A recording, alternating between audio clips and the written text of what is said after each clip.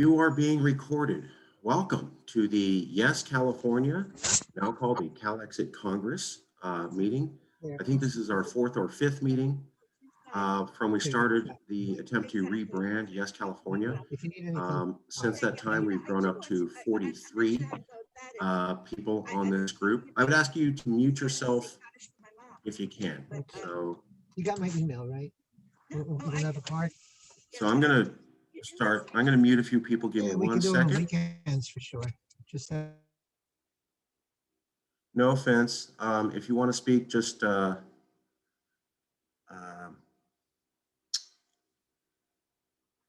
If you want to speak, just say something. Okay. Welcome everybody to the Yes California, now CalExit Congress. This is our fourth or fifth meeting. I'll get that right here in a few minutes. Sorry, still drinking the coffee. You know, we attempted to get Yes California back online. Some board members brought up that idea and it was just overwhelmingly enthusiastic. Since that time, we've grown from originally what was a group of maybe 5 people who said, hey, let's try to get Yes back, to 43. Most of the CalExit Congress is Californians, like 80–90%. But I'm very proud to say we've been doing some extensive outreach and it has massively paid off. Today we will be announcing Daniel Rice. Daniel Rice is with the Texas Nationalist Movement. We have been in talks with Daniel Rice. He is the official ambassador for the Texas Nationalist Movement. And he has said that it is okay for Yes California to be the only CalExit organization to list the Texas National Movement official ambassador as an official advisor to our group. This now means that we are able to claim that the 2 largest CalExit or exit organizations in all of America do have some sort of recognition amongst each other. We're the only ones to do that. No one else is even close. I want to welcome Daniel Rice. We'll be introducing him a little bit later on. First, we have some presentations. I'll get to those in just a second. But first, a quick message. We're growing fast, really fast. And thank you, Christine. If you have a Yes California shirt, if you could hold it up or put it in the background or anything, that would be super mega awesome. No big deal. There you go, Texas Independence. So quick message, and then I'll start into the nuts and bolts, and then we'll do presentations. I wanted to say thank you to all of you.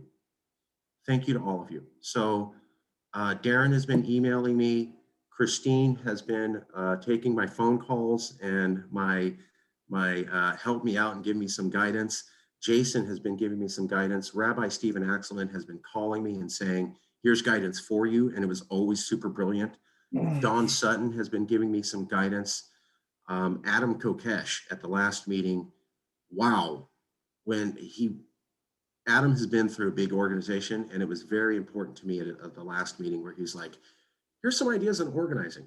So last Sunday, a lot of ideas on organizing. I've been calling all of you. I've spent maybe like 30 hours on the phone this last week, talking to many of you individually and saying, how should we be organized? How do you think we should do that? And I've taken all of your ideas and put them together, and we're going to discuss that today. And basically, this is the story. We're going to get organized quick. I would ask you to mute yourself if you could. We're getting organized quick. We're growing really fast. And it's not perfect, and we're not going to get there in 24 hours. But last week, people said, we need to get organized fast. And then I spent this entire week calling everybody, listening, and you're going to see we're responding.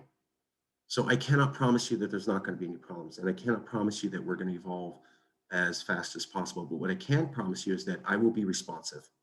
When any board member speaks, I listen. And I was just telling Jason, when 2 board members are saying the same thing, I really, really, really extra listen. And the response is going to be quick, timely, and effective. And it's always going to be that way. So if you're saying, hey, Marcus isn't moving fast enough, fair criticism. But I hope none of you are ever saying, I don't listen, I don't take your concerns seriously, and we are not trying to jump through literal walls of fire to make them happen as much as possible and as quickly as I can. And if any of you ever feel that I'm not responsive or you're not being listened to, please call me. Please point that out. I don't want that rep. No, you're going to have some suggestions and I'm not going to be able to do them. And sometimes we're going to have to do some stuff And it's this video is being recorded. Thank you, Christine. Sometimes we're going to have to do some stuff and it's not going to be what everybody wants, but we will always be responsive. You always get to have people stop and listen to you. Your voice is always important. I always have to listen. And I'm working really hard with Jason and Christine. We're going to announce this today. We want to develop a positive culture here where it's not about me, it's the culture is. This is a high production team with positive energy and a professional attitude. And I understand that we'll have critical conversations, but this is about people trying to achieve a goal. And we're going to blow people out of the water with our dedication and our professionalism. And we will get there. It's not going to happen overnight, but we're going there. And I would ask you to look at how quickly we are. So please continue to trust me. Please continue to call me. Please continue to say what you think the group should be doing in WhatsApp. Today, we had a little bit of a snag on WhatsApp, but it was awesome because some board members go, we need clarification. This WhatsApp should be like this. Thank you. This organization is going to be what you make it. We're going to design the culture. That's not up to me as the president. It's up to all of us. A lot of people said, Marcus, bylaws are important. And I came back to him going, I completely agree, but equally important is buy-in. Feel me? We're not just going to make rules and that's it. We're going to make rules based upon what y'all said and what most of you thought, not all, was a good idea. And it's going to be very important to me that everybody at least understands why we're doing it and thinks it's reasonable. So please continue to trust me. Please continue to voice concerns. Please continue to bring it up. And please continue to believe that this is your organization. And while we may not do it exactly how you want, you have the right to speak up and say it needs to be like this. And everybody should at least stop and listen. I can promise you that. I want to thank Dawn for bringing up that we need to focus on Vicky Voter. I want to thank Jason for bringing up that Jerry Brown will be speaking at the Bay Area Regional Council, and we should go support him since he brought up being a nation state. I want to thank Mike Beecher, Rabbi Stephen Axelman, and Adam Kokesh for helping with massive organization ideas. I want to thank Darren Brown and Christine Ishmawi, Howard Ishmawi, for both bringing up resolutions that we could propose. I want to thank Dawn, Jason, Mike, Alistair, and Farhad for walking me through funding. I want to thank Christine for reviewing things when I needed an independent mind and being independent. And I want to thank TJ, Jason, and Mike for embracing the committees. Now we'll get to the agenda. I know all of you saw that Congress couldn't even agree to try Donald Trump. And I'm sure that earlier this week, you may have seen the article in the Nation magazine where they talked about, yeah, Joe Biden won, but maybe liberal places need to secede because America gives too much power to red small population states. And it's baked in and it's never going to go away. That commentary by the Nation magazine was literally what Nate Silver on 538 said a week before. And it is literally what the CalExit movement has been saying for a year and a half. So I understand that Joe Biden got elected, but I find it interesting that we've been saying it's coming, the system is broken, we're going to need to get out. I understand you had a reprieve, but it's still fundamentally broken and can't be fixed. And then Nate Silver said the same thing. And then the Nation said the same thing.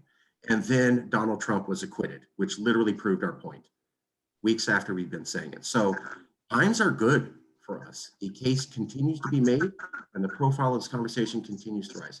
I'd ask everybody to mute yourself if you can, please, for feedback. Okay, getting right into the agenda. For today's agenda, I'm going to try out the new proposed format where I discuss the mission statement, benchmarks, past decisions, current agenda, next week's agenda, all in 10 minutes. Then we'll have a presentation by Julina Acosta of the Pomo Indigenous Nation, if she's comfortable and if she feels that the time is right, and if she doesn't, standing invite forever. Finally, we're going to recognize Daniel Rice as the official advisor from the Texas Nationalist Movement to Yes California. We're very proud to be the only CalExit organization to be recognized by the ambassador of the Texas Nationalist Movement. That raises our profile and makes us seem like an important organization across all 50 states. Then we'll have a presentation by Dewank Mahajan. Dewank was going to be here last week, but his internet service was cut off because he's in a section of India where Sikh people are trying to gain secession and independence, ironically. Then we'll have a presentation by the Yes California Outreach Director. Finally, the South African secession group Cape Party has been invited to come and speak. A proposal by Darren Brown on a resolution. Then a quick talk by Elliot Axelman about how secession is imminent.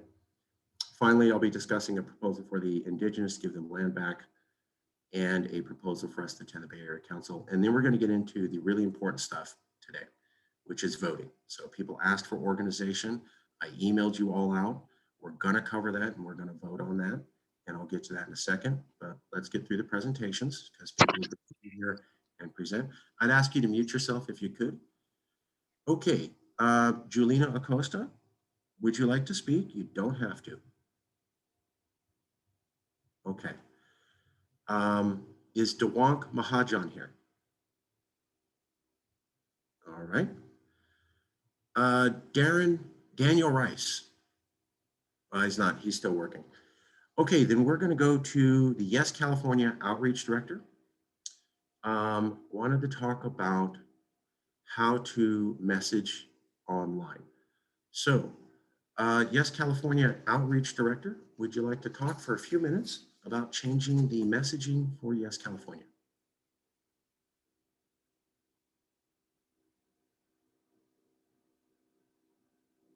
Yes California Outreach Director? Okay. We're starting on time. So some people come in late. As they come in, we'll go back in order and we'll revisit this. South African secession group, Lewis, great wearing the shirt. If you have a Yes California shirt, if you could hang it up in the background or next to you or whatever, that'd be awesome. Okay, Darren Brown. You wanted to talk about a proposed resolution. The other people who wanted to speak aren't here yet, so we're going right to you. Darren, okay. What was the resolution you'd like us to look into, and why was it important? What's going on? In about 2 to 3 minutes, sir. Okay, well, I don't have like exact wording. In fact, I was sure, generally the concept. Maybe ask a couple of people over the next week if they wanted to help out just as a group to bring something back next week. So just as background, just so people are aware, this concerns India, and you may not be aware, but they've been having some of the largest strikes in human history. In fact, the most recent one has generally been acknowledged as the largest general strike in human history. 250 million people with a B, 250 million, walked off of work. And what it's concerned with is the agricultural sector, it's the farmers. And what the government is pretty much trying to do, to be brief, is privatize agriculture, which would be devastating for the farmers, their income, their ability to support their families. It would just be terrible for them. And you know, I'd known about this for a while, but I didn't quite put it together with California till I saw a Guardian article last week, which noted that there's a large Sikh population in Northern California, stretching from around Fresno up to Yuba City. There's 500,000 Sikhs in America, and half of those, so 250,000, are in Northern California. So we have half of all Sikhs in the country here. And they are very upset about this because they still have contact with friends and family and relations back in India. And they've been holding protests for several weeks or months. And this is something that really matters to them. So I think as Californians, it's something that is important to them. I think we should show support for them in their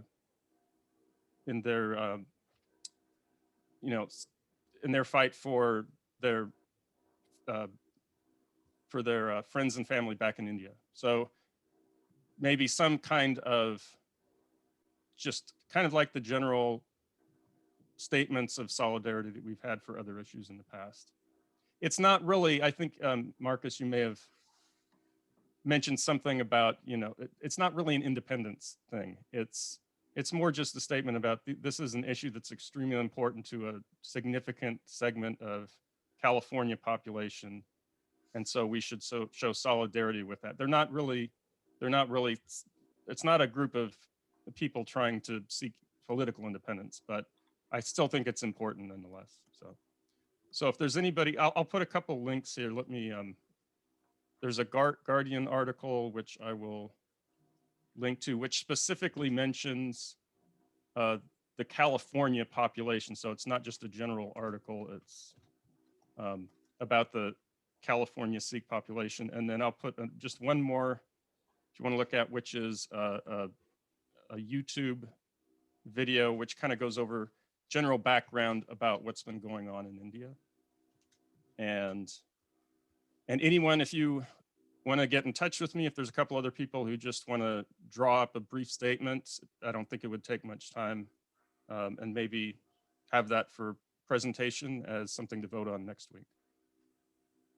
Okay. That's it. Yeah. Okay. Yes, Jason. Just to kind of reinforce that, I saw an article just pop up yesterday. India and China have that border war that's been going on for like eons, and they come and go and come and go. It kind of, cycles. The Hong Kong independence movement causing enough grief for the government of China, the farmers movement causing enough grief for the government of India. I don't know for certain that this is the cause of them pulling away from the border and ending their dispute, at least for now. But these are the two big things going on there. And lo and behold, all of a sudden, as all of this starts really kicking off, a major war might have just been diverted just because of people gathering together and taking action for their collective interest. Okay, thank you. So we're going to move on to getting into the organization. So some of the things we needed to vote on is the organization. The reason I'm bringing that up is that we still need the Congress to approve that this Congress does resolutions. If everybody agrees that we can do resolutions, or most of us, then the first resolution we're going to be moving on is drafting word for the Sikh resolution. So Darren, let me go through the process. I need to set up the organization. We have to have a vote, and then we'll come back around and what's the press contact in Washington, D.C. says, I'll circle back around. So yes, we will circle back around. So we have some presentations. When they're here, they're going to go up. Daniel Rice is going to be here in a few minutes, and he has some points to clarify, and he'll be doing that. But let's get right into the meat and potatoes of today. So many people had asked for organization. I'm going to list off all of the ideas that people said at the last meeting, the ideas that I had from people previously this week, and then we'll discuss it. What I'm hoping is that it's not going to be perfect, but I'm hoping that many of you can find it livable, and that in order to get infrastructure and organization in place, we could vote this in and then revisit it over time. You as board members have the right to say, no, I want to discuss everything in detail now, okay? But I will point out, the reason we're having this Congress is to do publicity vehicles. It's not to talk about organization. But until we're organized, we can't have the conversation with full robust power about publicity projects.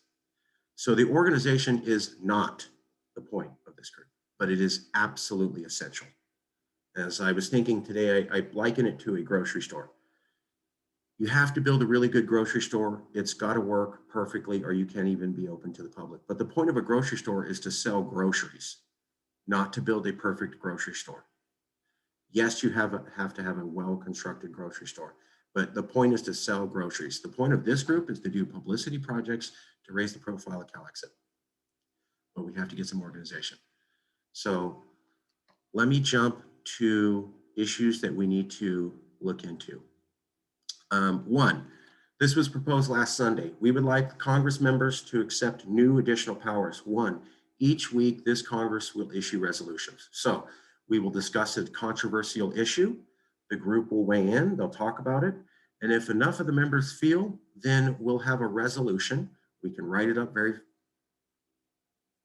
Lewis is shaking his head. So Lewis, let me defer to you. How do you view the resolution, brother? Well, resolution would have to be text, and so therefore the group would have to provide some kind of text, a working document, something that would be in Google Docs or some kind of alternative to Google Docs where people can look at draft and then make their edits, make comments, and then a final text version of that resolution would be adopted by vote in the call. So outside of the call, throughout a period of time determined by whatever rules the group creates, this Google Doc will be draft after draft after draft, will be edited by the people who are editing it. And then once it's a draft proposal, it'll be proposed to the group on the call, and the call members vote on that content. And if it's approved, then that can be put up on the website and social media platform as a resolution approved by the CALEXIT Congress. Yeah. Should we have people able to just bring up an idea, sell the idea, and then we work on the resolution? Or should we have people have to, workshop a resolution before they even bring it to the Congress? I was thinking. I think that if we create, I haven't used Google Docs in a while to exactly know how it works, but I think that you can have a situation where there's a Yes California Google Docs account, and then members can be added to it, or users can be added to it, and then people can just start to write up their own resolution. Just, write up the text of the resolution, and then invite people to edit it, or at least comment on it. Maybe if they can't directly edit it, I know that they can at least highlight certain subtext of the whole text and say, I don't like this, I like this, let's change this, or so on and so forth. And then the author can accept or deny those edits or comments, or implement them or not implement them. But then at the end of the day, there needs to be some kind of a vote. That's why I think that these committees that you seem to be creating are useful, because that way they can be organized into topics where if someone has a resolution to do with steak knives, maybe there'll be a relatively linked committee to that topic, and then they can write up a resolution, submit it to the committee writes it up, edits it, and then it gets kind of approved by the committee. And then if it gets approved by the committee, then it could be presented to the whole Congress at the call for a full vote. So there has to be some process there, and it might take a while for some of these documents to be finalized from rough draft to final draft, but that's kind of the process of legislative work. Quick question. Do we have people come and say, hey, I don't have it worked out, but here's the big idea? And they have to come here and they got to at least convince the majority of people like that seems reasonable. And then they work on the resolution. Or are we saying you go and get your resolution perfectly drafted, and only when it's perfectly drafted do you actually introduce it to the Congress? I'm deferring it back to you. I think that there's got to be some kind of mechanism to submit the resolution. I don't have the answer for that off the top of my head from you asking that question. But what I was shaking my head at in the beginning was I'm trying to avoid a situation where everybody comes to a call and then say, I have this idea, and it's not written up, and we're just talking about it orally. That's kind of like the end of the process, is when it's talked about in front of everybody with debate. That'd be the end of the process, when we actually have something physical and tangible to debate, which would be a written document of some sort. So let's have some kind of idea where we can have members at their free will would submit an idea to, for example, chairman of a particular or chairwoman of a particular committee, or some other mechanism where an idea could be submitted at a base level, at the lower level, to work its way up to a full call vote and discussion. Otherwise, these calls are going to be lasting for 3 or 4 hours every night. And I think that's what we want to avoid. I'd rather see that the calls that happen on every Sunday are kind of like votes, discussions on particular specific items, and then we have a secretary that produces a kind of minutes, that produces a text of what we accomplished at that call. And then we publish those results on the website and social media to show people that this is what the CALEXIT Congress voted on today. Okay, so let me repeat back what I think I'm hearing so that everybody can vote on it. We will create a resolution committee. If you want a resolution, you'll go to the committee, say, here's the actual text I'd like. It gets workshopped. At some point, that committee says that's okay. So if you have an idea, you have to draft the resolution. You got to go to the committee has to approve it, and then it would come up to the Congress. Is that a fair summary? Well, basically, but I think that the resolution committee would be an unnecessary step. I think it should just be directly submitted to a committee of relevant jurisdiction. So if it's about immigration, maybe there should be a committee that's about, I don't know, immigration or whatever. Maybe we could have at the beginning, because there's not so many of us, and we could start with very broad committees. Maybe it could be like domestic issues and foreign international issues. There could be 2 committees. And so if you have immigration, we go to the domestic, or some people could argue it's an international issue too. That's the problem with having committees. But the point is that I think you should have some committees that encompass basically every topic. And then as the need arises, you can create more committees or divide those committees to be more specific as they need. So maybe to start off with, you can have something like a rules committee, because you're going to want to have a set of rules and people responsible for creating how the processes work at these congressional calls. You're going to want to have a domestic policy, domestic issues. You're going to want to have international issues. And you could think up the other ones that you want as well, but maybe 2 or 3 committees, I would say, to a max, just to start off with. And then people, for example, if I wanted to submit a resolution about the California Embassy in Moscow, that would go to a committee on foreign issues. And then they would work up that resolution, vote to approve it or reject it. And if it was approved, it would then be taken before the whole CALEXIT Congress at a future date to be rejected or approved.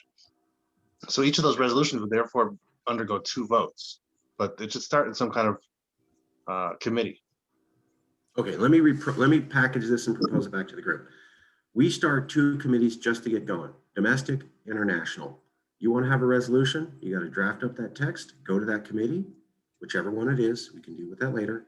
The committee has to approve it, finalize the text, and then it would go to the Congress. So are people willing to say, we're going to create 2 new committees, an international and domestic committee? If you want to have a resolution, you got to have a text, you got to go to them, get them to approve it.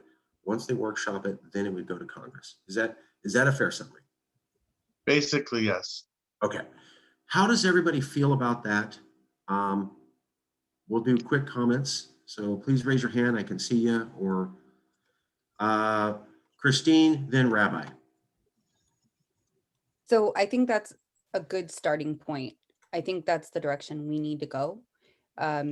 Obviously, we can get more detailed later, but I think that's a really good starting point. Thank you. Rabbi? Yeah, real quick. I think it's much simpler.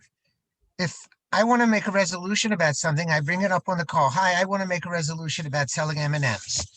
If I can get 1 or 2 more people on the call within 5 minutes to agree, the 3 of us become an ad hoc committee. We work on Google Docs, which I used to live on. It's really simple. And then it's not a standing committee. It's an ad hoc committee for that resolution. If we get a resolution written up in 1 or 2 weeks, we can bring it back to the whole board. Okay, so we have a counter proposal. Don't have the 2 committees. Have people come on. And if they can convince a couple board members, yeah, I like that, then you form a committee to draft that resolution on that issue. They work together, draft it, and then as a collective come back and present it to Congress. We're going to go to Jason, then we'll go back to Jason. Yeah, I like that. I like Rabbi Axelman's additional thought there. I think that it's not really something that's different from what has been described by Lewis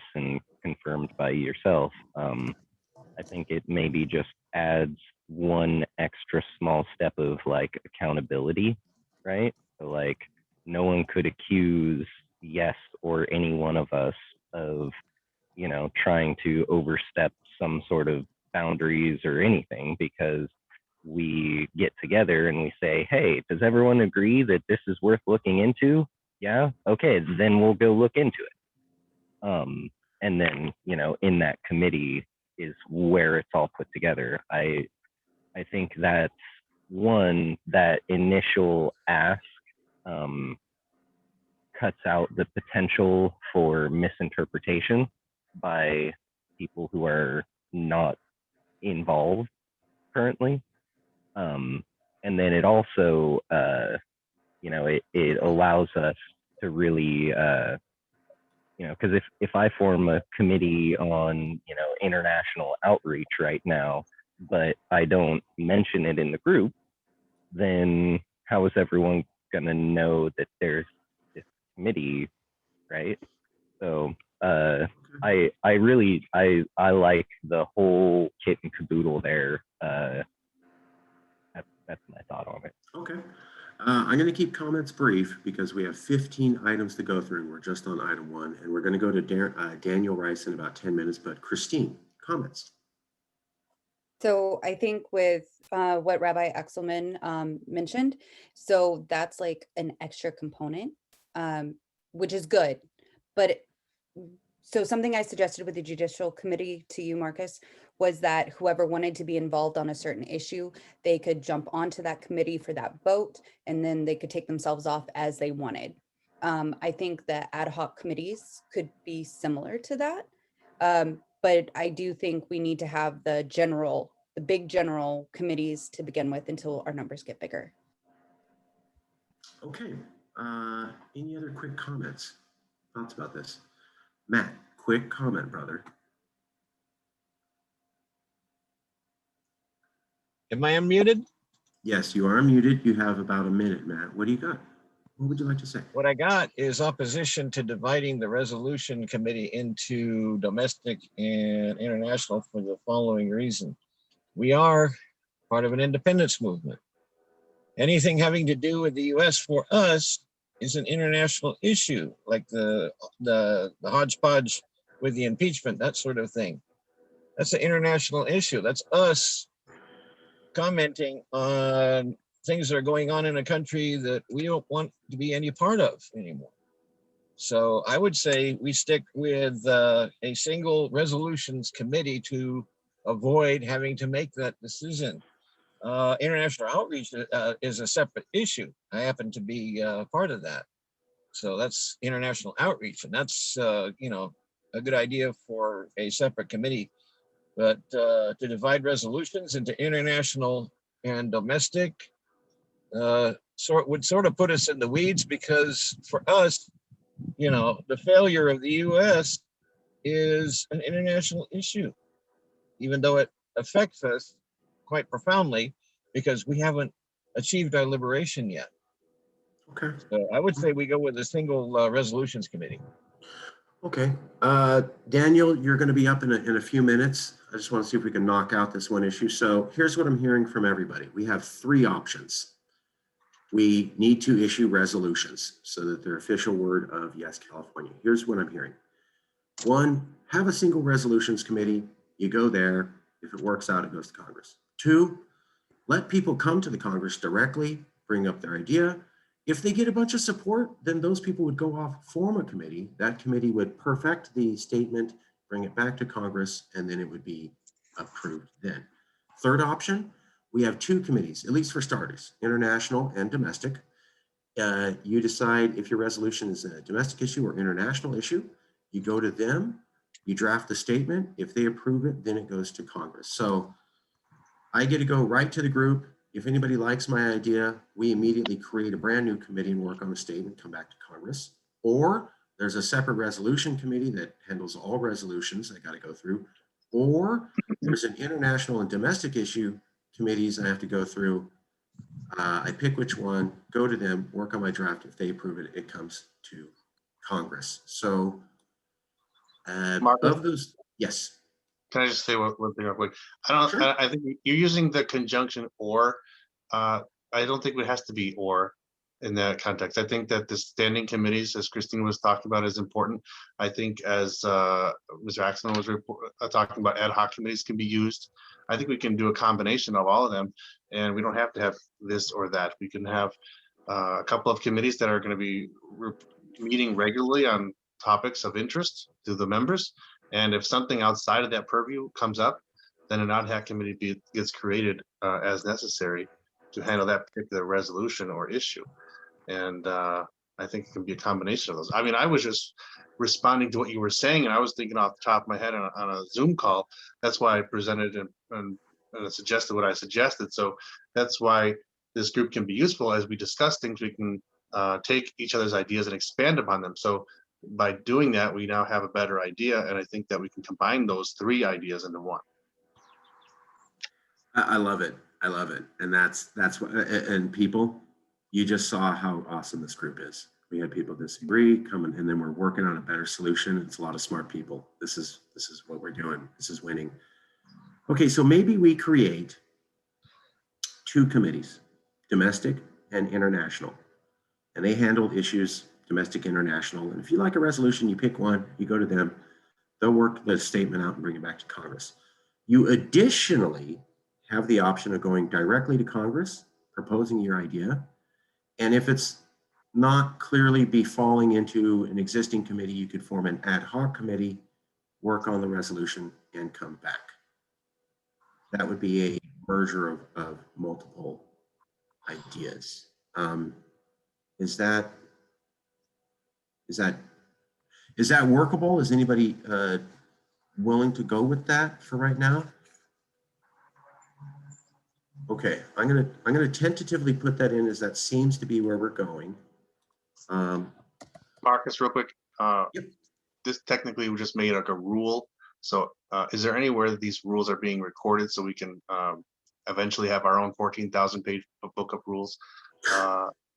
Just because we're going to want to have something to refer to as this is the process, right? I mean, Yes. right now it's one rule, so we need to have an ongoing book of rules that's going to explain how this committee thing works and the Congress as a whole. So just that's why I was talking about rules committee, because you're going to need to have those people responsible for maintaining those records and processes and stuff like that.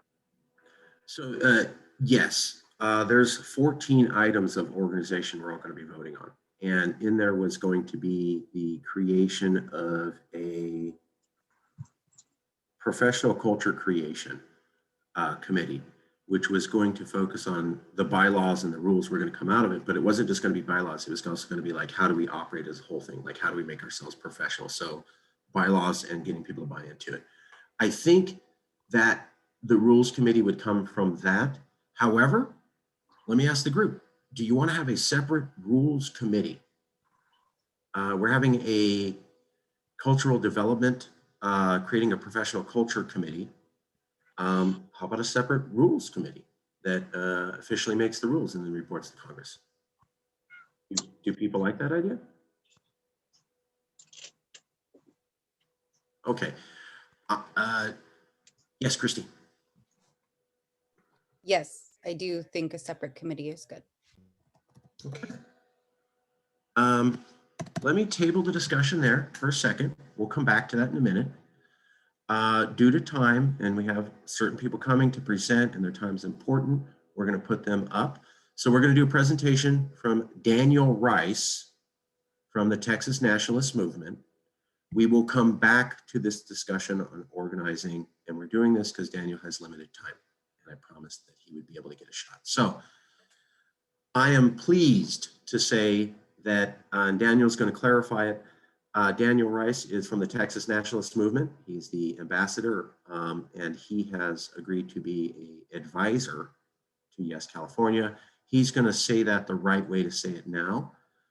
Daniel has been a colleague of mine for years. He's been following independence for many years. He's been with the TNM for, I think, 1 or 2 years. Smart man, critical thinker, dedicated, can't be bought. And it's always a privilege to work with him. And it is a super privilege to have any sort of contact with the other gigantic independence movement in America. I see nothing but good publicity coming, raising the profile of both of our groups, and no one else has gotten any sort of contacts in California like exclusively this group. Daniel Rice, Texas Nationalist Movement Ambassador. Sir, thank you. How would you like to introduce yourself, and what would you like to say to the group of lefty liberal Californians, some of whom voted for Trump, but not all? Well, thanks for having us again. The clarification just is, it's a small point. It doesn't take away from anything. It's not meant to be an insult or anything. No. The way my role was created is just an outreach of, we can't expect for people to support our independence if we don't likewise support them. You guys obviously are the big kid on the block in California, like we are in Texas. And, but if Billy Bob's, state of Jefferson popped up, I would reach out and say, hey, we support your right to pursue what you're pursuing. That's the clarification. It's not just an exclusivity thing, but you guys are the ones I've worked with the most, and actually the only ones I've worked with more than one time, to be honest. But yeah, since I was on that meeting 4 weeks ago, I think it was, we now officially have a bill number in the Texas legislature. If y'all haven't heard, it's HB 1359 in the House, introduced by Representative Kyle Biederman, who represents the Kerrville, Fredericksburg area.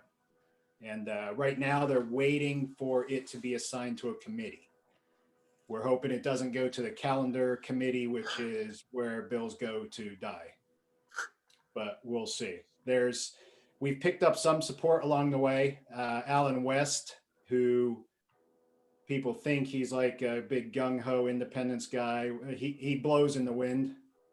He had enough wind blow on him recently by our members that he has come out and supported the vote.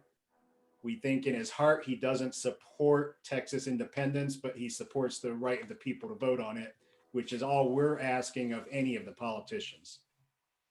We've had a few guys down there who, I can think of two, a senator and a representative, who have basically, the representative did a Facebook live a couple weeks ago, which has now been pulled because he had so much negative pressure put on him, where he flat out called any of us that support independence cowards.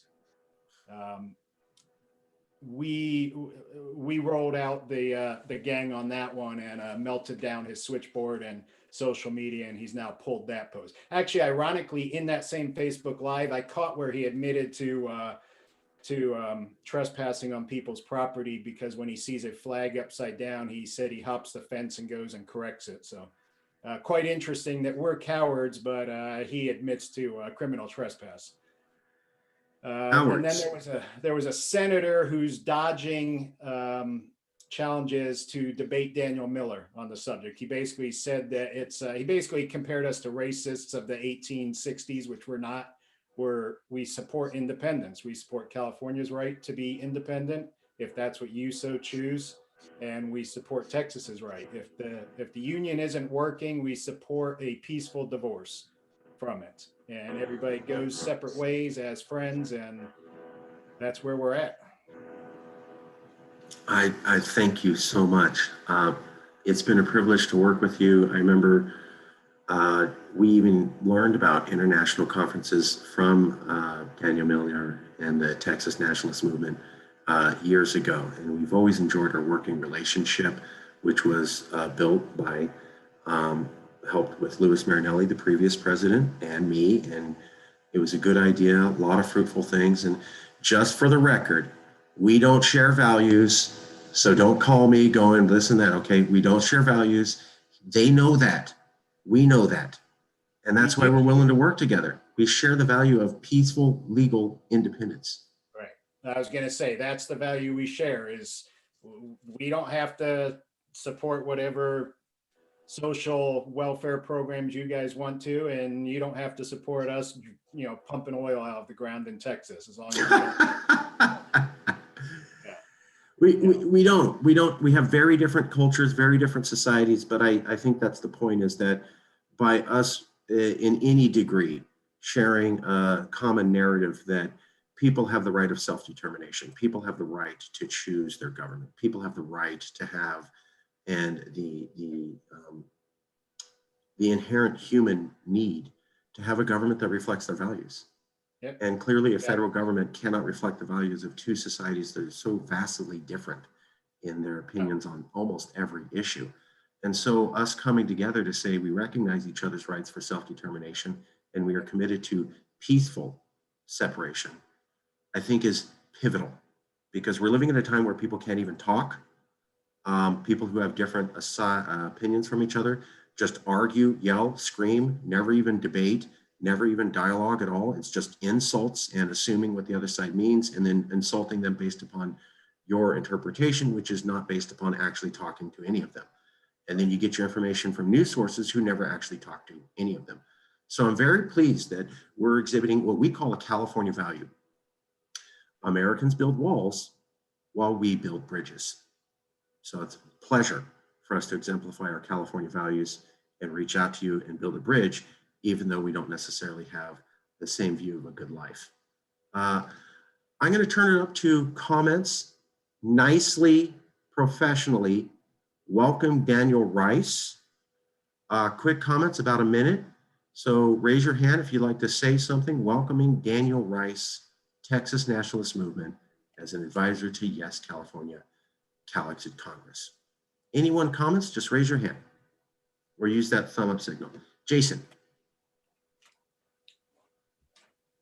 Yeah, let me just say first, I am very glad to have you working with us in this capacity, Daniel. Also, you know, the whole thing about, you know, values and shared values versus not shared values. I think that is an amazing point that we should really hammer home. Yeah, we have some differences, but we also share some very, very strong similarities, some very strong core beliefs, such as the right to be able to choose things for yourself. You know, I think most anyone who claims to be like a democratically minded American, no matter the political party they choose, right? Like the thing is, supposedly America was built on freedom and the right to be able to choose for yourself. And so, you know, while we're trying to reestablish our independence, it doesn't mean that we have to forego, you know, brotherhood, sisterhood, camaraderie, right? We can actually lean on that as a very good tool to bring us together so that, you know, like, you know, international issues, you know, Matt was saying, you know, anything US related is an American issue, therefore that's international for us. And I agree. Our international outreach with the nation of Texas, hint, hint, wink, wink, see where I'm going with it. I think this can be an amazing tool and support for both of our causes, because ultimately it's all one cause, the right to choose for yourself. Thank you, Jason. Daniel? That's exactly what my title is, Director of International Engagement. And we're engaging with California. We're viewing it from the point of view of once we achieve our goal, it will be international. We might not be right now, but down the road we will be. So we want to, there's not going to be an instant wall. The second California, we get a lot of this negative comments, and I'm sure you guys are going to get it if you aren't already. The second you leave, they're going to send in the tanks across the Red River, and the F-35 jets are going to be flying in to wipe out Dallas, Fort Worth area, which I've heard some people wouldn't mind, but it's not going to happen. Just because we have no desire to go to war with anybody, including California, regardless of how they are. So we're engaging internationally We're in the mindset of engaging internationally. And I've no illusion. Once we're successful, I'm not under the illusion that I'm going to work for the government and be an ambassador. I still have the same viewpoint that I pretty much hate government in most forms. And I want nothing to do with it. I just want a smaller government. And it's just logical. As if you've ever worked in a big corporation, the bigger you get, you start to not know what the other department's doing, and that department's doing things that messes you up. That's what's going on now. Is Washington's doing stuff that's messing Texas up. They're doing stuff that's messing California up, doing stuff that's messing Florida up. So we agree. It's international at this point. In our heart, it's international. My passport might not be international yet, but at some point it will be. Okay, thank you. Quick comments from anybody? We have the ambassador from Texas Nationalist Movement here. Would anybody like to say anything nice, congratulatory, or talking about publicity projects? I have a hand up. Garrett. So Sorry, Professor. that's fine. I really appreciate you coming on, Daniel.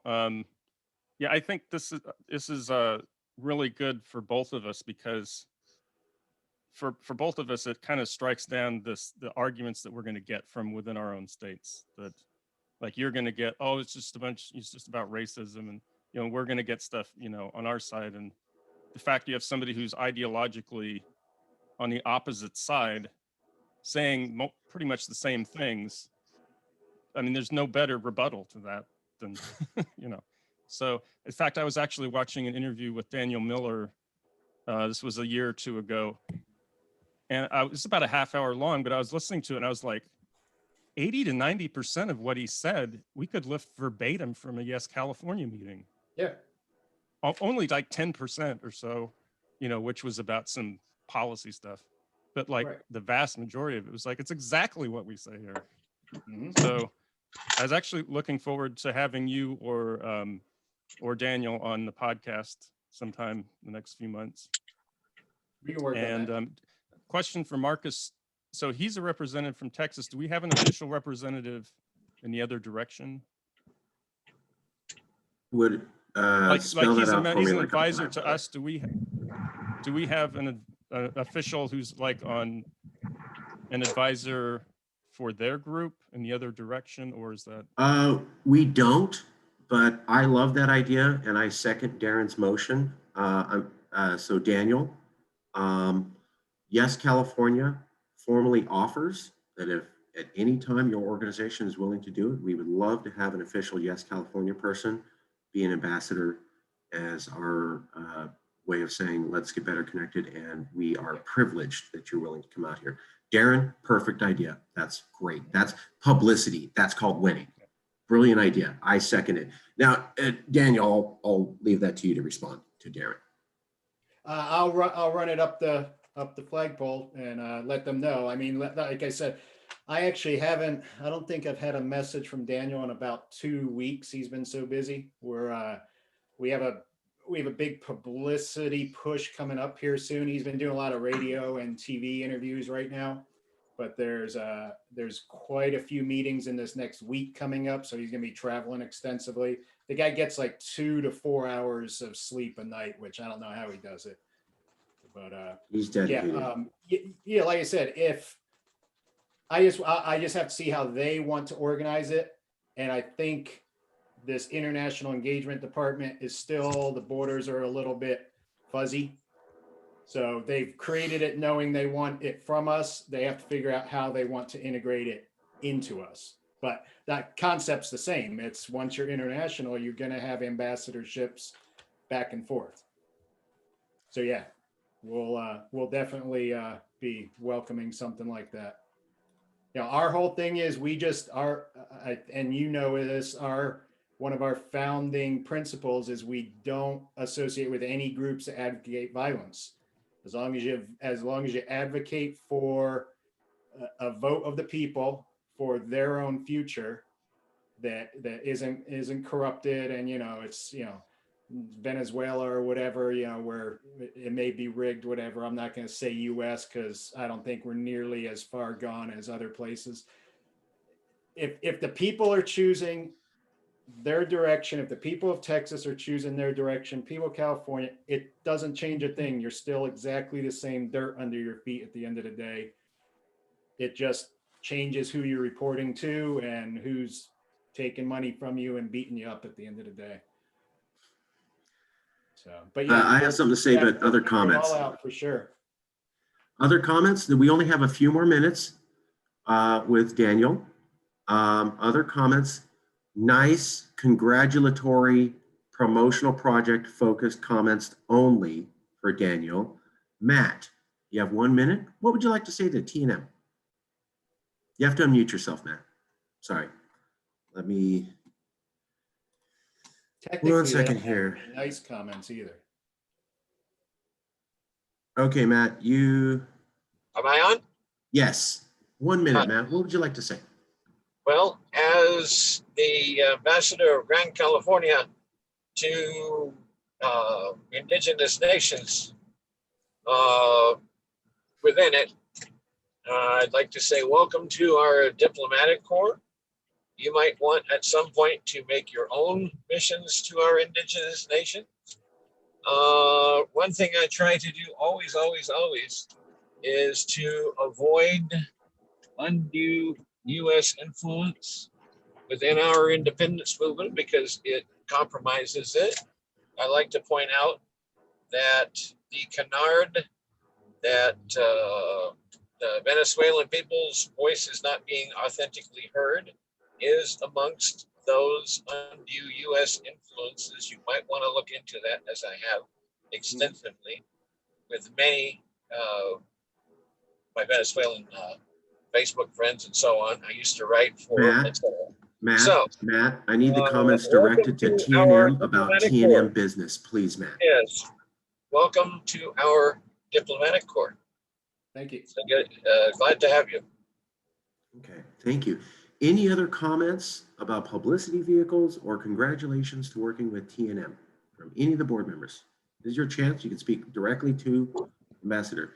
TJ, comments about welcome T&M or publicity projects with them? TJ Shelton.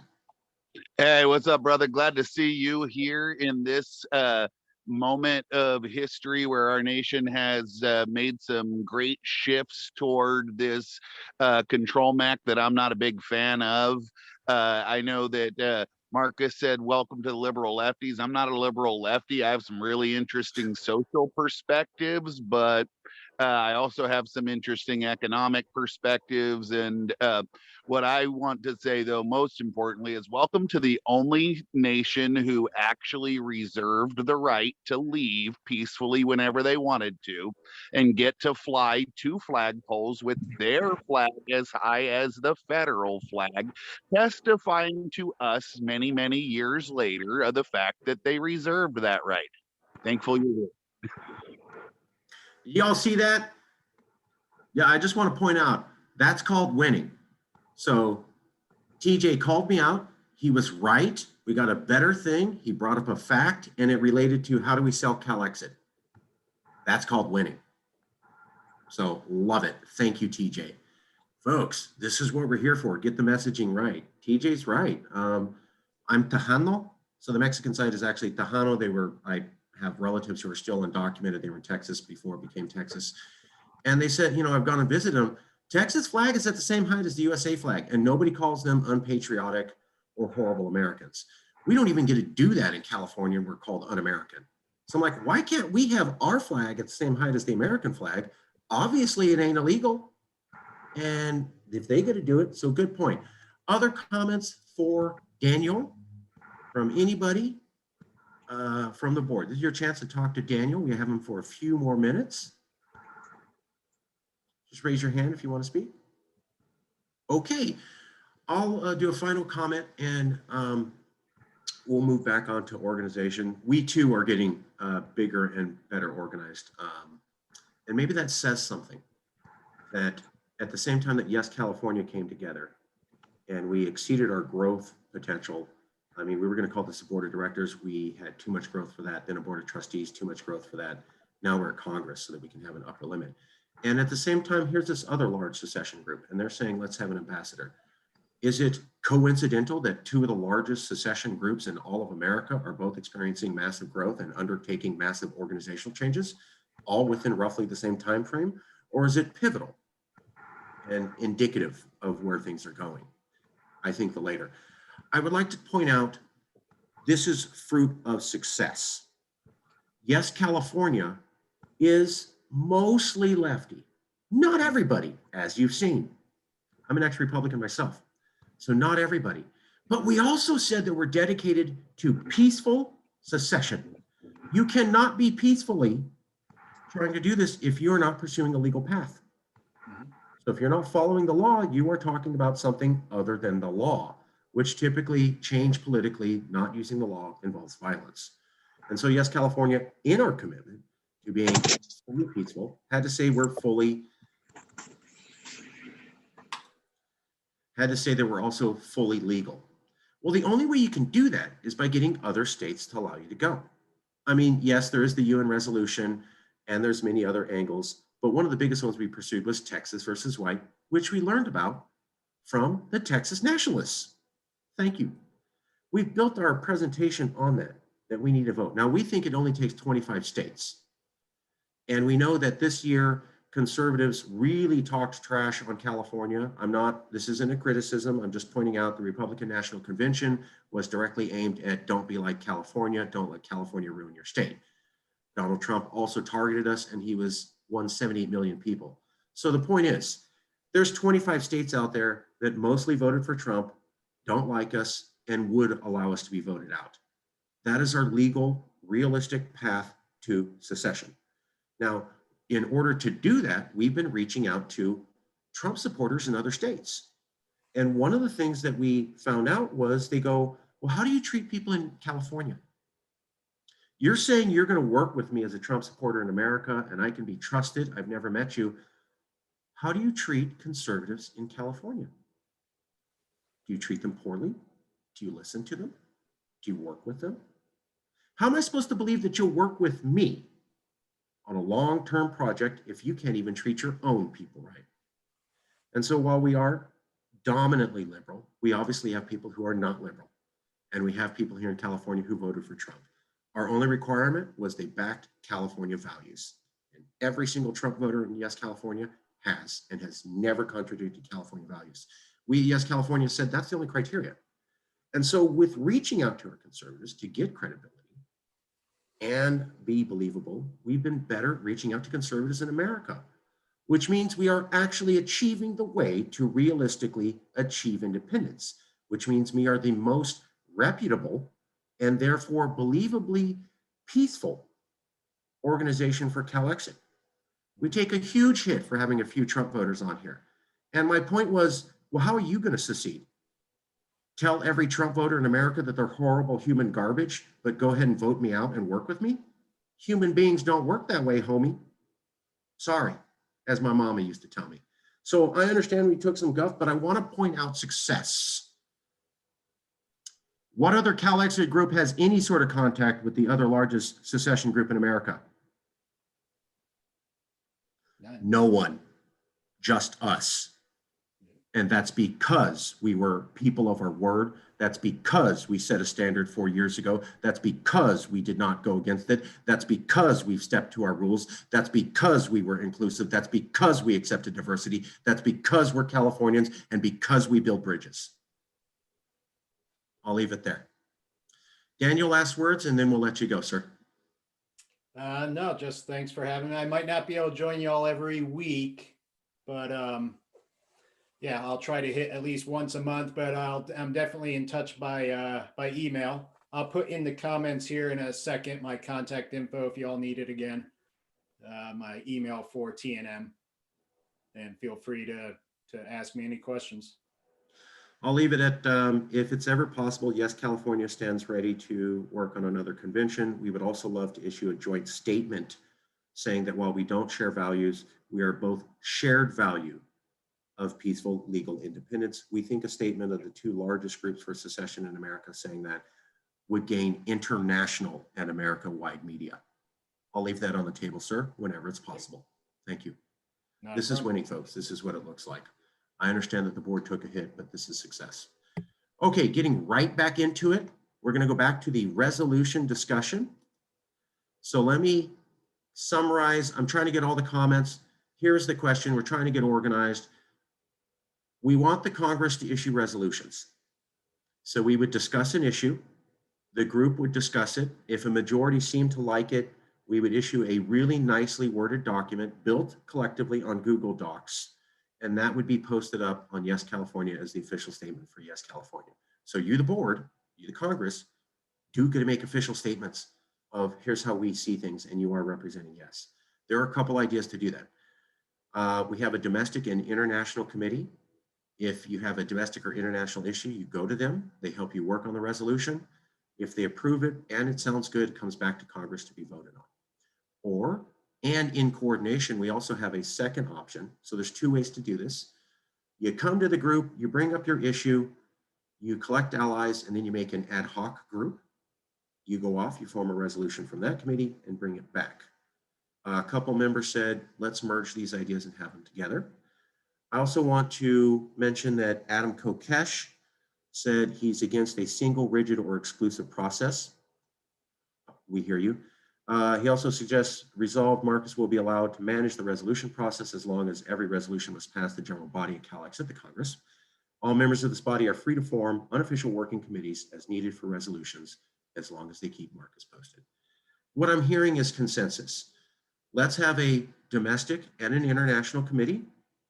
If you have a resolution, if you need help, you go to them. If you get a nice statement drafted, you come back to the Congress. Congress has to approve at least 80%. And or you can come directly to the group, propose your idea.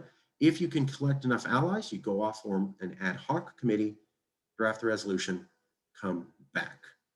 I say we have both of those. Additionally, an idea was built up to have a rules committee where we will be officially documenting all of this so that everybody knows. How do people feel about that compromise, merging multiple ideas together and allowing multiple ways in an organized manner that ultimately leads to the Congress has to approve it to propose resolutions as the official word of Yes California? Any thoughts, feelings? Marcus, what was that percentage you said?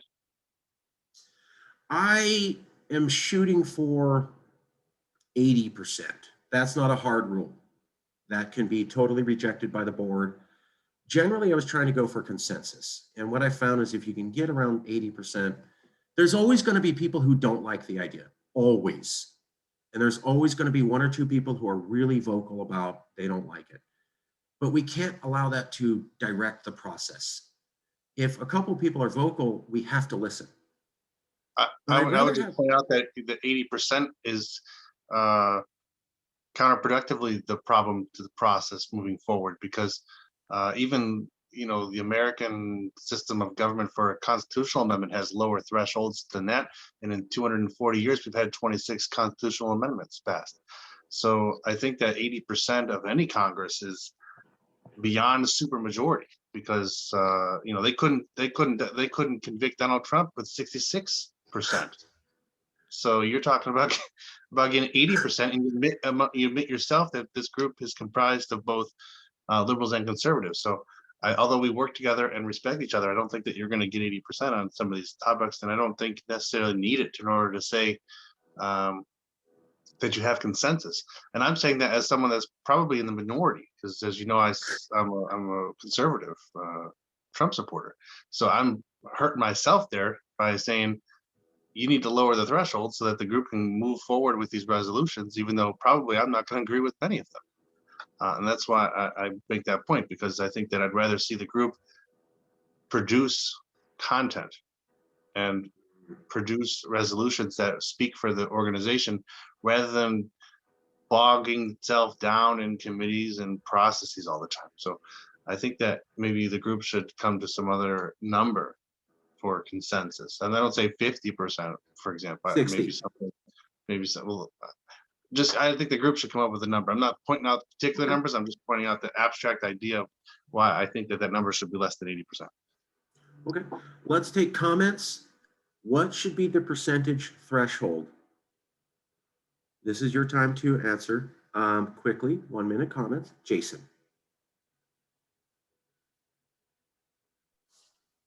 So yeah, I agree there that 80 would probably be pretty counterproductive. I would agree with a simple majority. We do seem to have, I mean, even when we disagree about some things, we still agree on the general principles and, you know, the overlying theme of independence. And so, given that we're all at least on that same page, I personally would support a 51% of the participating committee voters. So if the committee has 10 people and 6 of the 10 vote yes, that committee has then voted yes and approved, right? Not to say, and this is just for clarification, not to say that a committee must have 51% of all of the Congress's vote, right? Because some people might not go into said committees. So just to make that clear, that it would be of who is actually attending the committee. And Jason, real quick, you also, I think, you made me think of something. You need to have rules for what constitutes quorum. You know, if you have, what is the set number of members in the Congress? And what is the minimum number that need to be present for the vote in order for that vote to be legitimate? I mean, if you say that the number is 80%, for example, and you have 10 members of 100 are there and 8 of them agree, does that speak for the group? I wouldn't say that 8 votes out of 100 do. So you need to come up with a number for what constitutes a quorum. The minimum number of people present or taking part in the vote, that constitutes a legitimate vote. And then you have a percentage that need to approve it from that. So does anybody know what the actual number of people in the Congress is today? I do. What is that? 43. 43. So from that, you'd have to come up with what would be your standard quorum for the, I don't know offhand what that would be, but you could look it up, I guess, for what standard principles are for establishing a quorum. And then you have to decide, okay, if there's 43 members, let's say, for example, that the quorum is 20. Let's just say it's 20. 20 people participating in the vote, and then you have to have 51%, like Jason was saying, that'd be 10. That's still only a quarter of the vote. And a comment from somebody, I didn't see who it was, but it looks like half of it would be a quorum. So that would be that if you had 43, half of your quorum would be what, 22, basically 22. So I guess right now our quorum should be something around 22 people would have to vote, or either one way or another, in order for that to be a legitimate vote. Because right now, if we look at the call right now, 1, 2, 3, 4, 5, 6, 7, 8, 9, 10, 11, 12, 13, 14, 15 people making decisions for even if it's unanimous decisions, it's still technically not a quorum. So this is the kind of things that need to be hashed out in a set of rules so that we follow these procedures, and we don't have to answer the question of when we publish something on the website, we publish something that says a resolution about ABC was voted on by 15 people, half of which were opposed to it. That works out to be, 8 people representing the voice of 43. So you can't have that kind of underrepresentation. I mean, one of the reasons why we have our CALEXIT campaign is because we feel that California is underrepresented in Washington. So we wouldn't want to not represent our own members appropriately. Okay, If I may, real quick, Marcus, I do remember, I'm sorry to interrupt. I remember Christine had mentioned that she agreed that having a separate rules committee would be a good idea. And I'm wondering if maybe we should take this into a rules committee and define it there.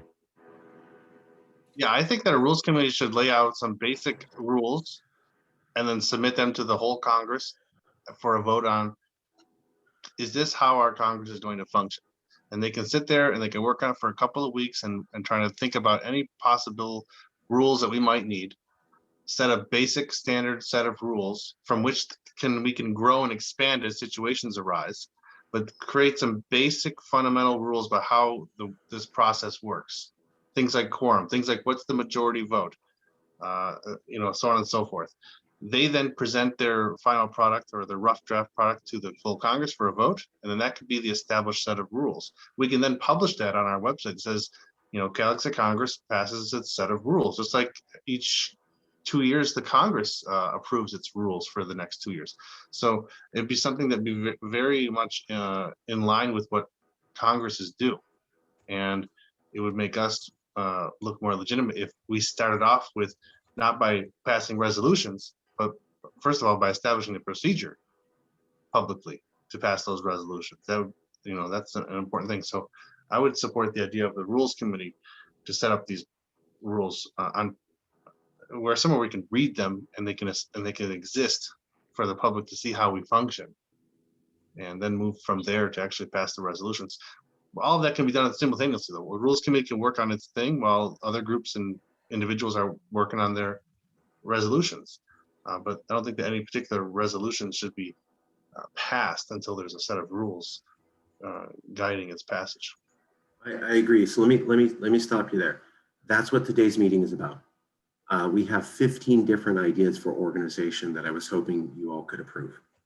So if you do that, we do have massive organization. It is coming from the group and it is getting organized. Additionally, I have been called by 10 different board members to get organized right away.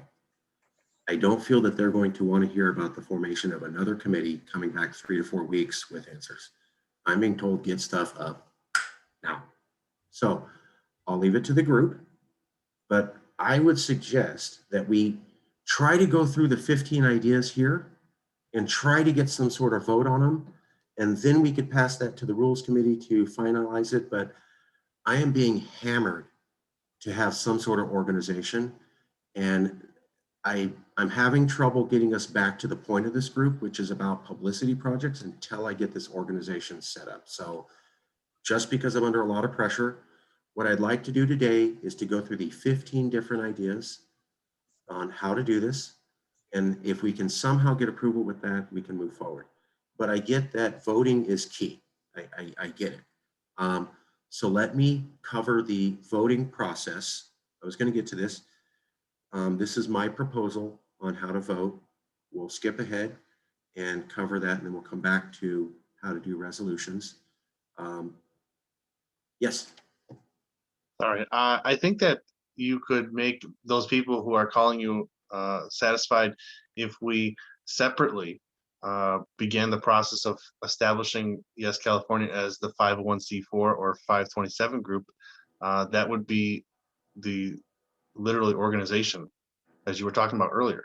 Two separate things. This is, if you can establish your supermarket, those people will be satisfied with the establishment of your supermarket, and then we can continue to talk about how the shelves are arranged in the supermarket, but we have to have that legal status. And so we can move forward with that established 501c4 or 527.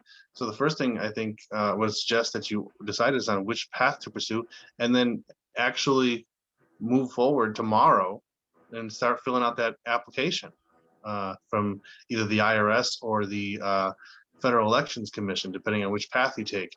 Each different group has a different master, so to speak. So we can decide today if we're going to go 527 or 501c4, and then tomorrow start filling out the paperwork. Okay, so we've already done that. We had a committee. There was a fundraising committee. They've been meeting for a couple meetings. People were allowed to be in. We went with the idea of a 501c4.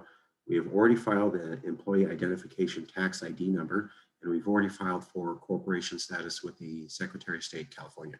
I was going to get to that. The people who are talking about organization know that the 501c4 has to be organized a certain way, and there's a lot of things you have to do to organize it. But they're looking at maybe 4 or 5 people. I just point something out real quick. Sorry. I'm sorry. I have to say it because Yes California already has that number that you applied for.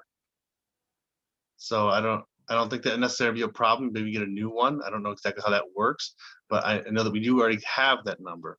I can find it for you if you want. That's it. Please do that. Thank you. So what they're saying though is they want the Congress organized. Having the 501c3 organized is not enough. They want both. So I'm being told, get the Congress organized, have rules. I've talked to 15 different people. They gave me a variety of ideas of how they would like the Congress organized. So I'd like to do votes today on what people suggested, because I think it'll be something most people can live with. The 501c4, we're moving on. I didn't know that about the EIN. I'm learning the process. I'll have to get in touch with you again. Great idea. But that's a separate thing. So the impression that I'm getting is they want organization and rules for the Congress, period. And they would like for us to discuss that today so that there's at least some decision on the organization. And it's basically become a stopping point. Like I can't get moving on publicity until I get some sort of structure in the Congress. I would really like to review the ideas today and get some sort of clarification from the group today. We can certainly talk about voting first. Okay. Okay, well then I think that my opinion would be to casually, since there are no rules, casually to agree amongst ourselves that to adopt these principles that you're about to propose, we're going to set a certain standard and then do that and vote on those things. I'm just trying to avoid there being some kind of, let's just talk about it and, you know, there's no formality to it. I mean, if we're going to pass certain resolutions and rules that govern the operation, make it somewhat formal, even if it's casual. I'm doing my best to get organization in. If you could all just let me get through the list a little bit, I really think we could do some awesome stuff here today. I hear you, doing my absolute best to get it in there. We're doing a little bit of the chicken, the cart before the horse. So it's, you got to have the cart, you got to have the horse, which comes first. And so I understand it's a little bit of amalgamation. You're totally right. Let me cover the voting process. My suggestion for Congress, and then we'll talk about that. So here's the pivotal one. It's hard to get quorum. And part of the reason that we initially started the Congress was that something I learned from you, Lewis, you get a bunch of people talking about it, it's okay to do it. We have had difficulty in years getting a lot of people to even be associated with Yes. And what I found was that the moment I had 15 board members, it was easy to get 17 and 18. And then when you had 25, it was easy to get another 10. So numbers are power. You taught me that. When we went to the Women's March and we had 30 people in Yes California shirts on the same day, I mean, the media was going nuts. I remember Casey Michelle, one of the most opposition reporters to us, lied and said we were pasting different people's faces on the shirts to make us look bigger because it was too much, right? Like we had too many people associated with Yes, they couldn't handle it. And they were like, that can't be true. So I've realized that the more people you have, the easier it is to sell. And this is a radical topic. And what I want to do is make it normal and kosher and safe.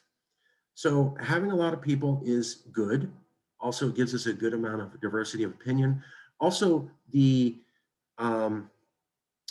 was a report to Congress, and there was also a report by Deloitte International Global Management Firm and by the Urban League. And both the congressional report, the Deloitte report, and the Urban League report all said, if you have diverse big groups, organization can isn't necessarily an issue, but you have to deal with it. So we got to get organized or it's going to be a problem. But what they also said was that that's the best way to get your message out. So big groups with a lot of different people are excellent at spreading their message and convincing the public. Deloitte, Urban League, Congressional Report, all three said the same thing. You want to be a nonprofit? You want the public to pay attention? You better have a lot of people and they better come from a lot of walks of life. That's how you get your message out. They also said fundraising is really good. So I definitely want to do that. However, that creates the problem of organization. So here was my suggestion. We'll go over and we'll see what we can do. By the way, I completely agree with Lewis. I'm hoping we can have some sort of casual adoption of these rules. So here's the voting process I proposed. If you can't make it to a meeting, we will say, here's the agenda on the meeting, here's what we're voting on. And you'll be told that a few days before the meeting. So you have a few days before the meeting to go, oh, I can't make it to the meeting. I'm going to email in my opinion. No, yes, okay. Then you have the meeting. You can go to the meeting. You can vote in person. Then we'll take a vote at the meeting and we'll post that into the notes.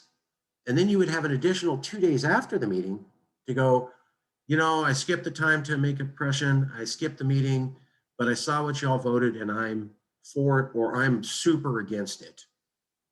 And I'm going to send you my email. If there's a bunch of people after the meeting who say they are horrified by an idea, then we would revisit it. But if people were notified by the idea days before the meeting, had a chance to comment, and then we talked about it at the meeting, had a chance to comment, and then we wrote up notes and sent it to everybody, and they had 2 days to comment, and after those 3 opportunities, they chose to say nothing, I'm thinking we can kind of say that's what the group felt, because obviously it wasn't that horrific for you to get involved before, during, or after the meeting. I don't want to have a tiny group that decides these things. We need to be seen as normative, and it's working. Folks, I haven't seen growth like this since 2017. At the same time, we've got to be organized, or it's going to be the end of us. Totally agree. So what I'm proposing is we have a compromise. You get a chance before the meeting. The agenda has to come out 2 to 3 days before the meeting, period. You get a chance at the meeting, and you get 2 to 3 days after the meeting. And if you're horrified by something, you would say, hell no, don't do it. And if we get a ton of people backlash, we'll come back and revisit the decision. But if we don't, we would move forward. Thoughts, feelings, raise your hand. We'll take comments.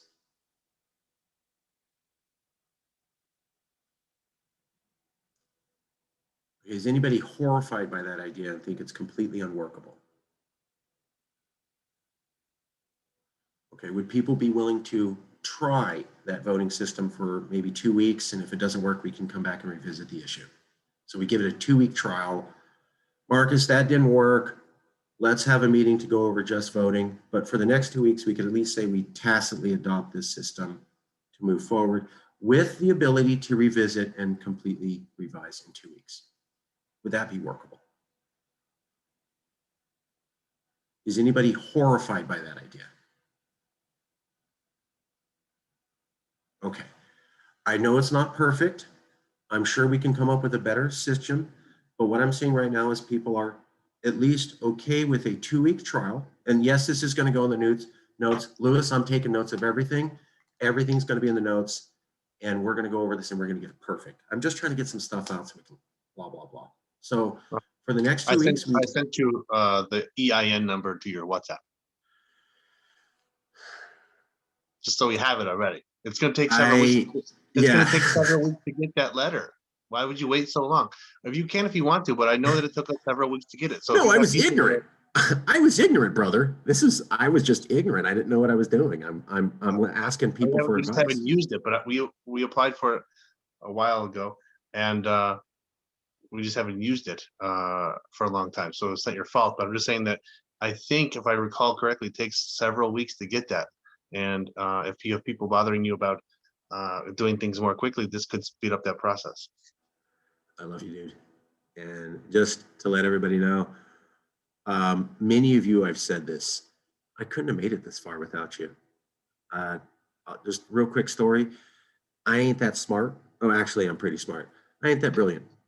I talk to y'all and I steal your ideas. So I never would have made it without, you know, Christine, Matt, Darren, Jason, Lewis, a bunch, Adam, John, Mike, Sam occasionally, all going, look, it's like this. I just never would have gotten this far ever without pointing those things out, because I don't know it all. And I seem like I do because I listen to people and I'm desperate to steal your ideas. And I mean steal. If you don't take credit, I'm taking credit for it. That's a joke. Okay, so we're gonna 2 weeks trial of this voting process where you get 3 days before, you get the meeting, and you get 3 days after. So the agenda is going to come out on Thursday morning at the latest, right? Because the meeting's Sunday. So Thursday AM every week, you have to know everything. Then you have the meeting on Sunday, and then you have Wednesday at 2. So Thursday by, let's say 10 a.m. and then Wednesday by 2 p.m. So Thursday by 10 a.m., that's the agenda. That's what we're voting on. Other stuff comes up, we're not voting on it at that meeting. Then you have the Sunday meeting, and then the notes are going to come out, and they will cover everything, and there will be a recording. And you have till Wednesday at 2 p.m. to go, no, no, no, no, no. So 3 chances, everybody gets to see it coming, everybody gets to speak when it's there, and everybody gets to see it afterwards. We'll try that for 2 weeks. If somebody has a better system, please keep thinking about it. I don't really have a big wedded opinion to this. I'm just trying to get this done. So please do not think like I love this idea or anything. If you have a better way of doing it, get that ready and let's talk about it in 2 weeks. Just trying to get us moving. So yeah. Don't take this as the end of the story. I know some of you go, well, I think we could do better. Please come up with that idea and present. Okay, voting done. Yay. All right, back to resolutions. I would like the Congress to be able to issue resolutions. I'm going to offer a compromise. We have a domestic committee and international committee standing. You go to them, you propose your resolution, they work on it. If they approve at least 51% in that committee, then you can come out to Congress. Additionally, you can go directly to Congress as a board member, propose your idea. If you get a couple allies, you can make a committee right there out of those people. You go, you make the resolution, you come back to Congress. That gives you 2 options, and we'll do 51% of those committee have to approve before it could come back to Congress. And you saw the voting procedure for Congress. Is that workable for at least 2-week trial? Is anyone horribly opposed to that for a 2-week trial? Okay. All right, nice. Okay, moving on. I would like for the Congress, and I got this idea, frankly, from Jason and Lewis.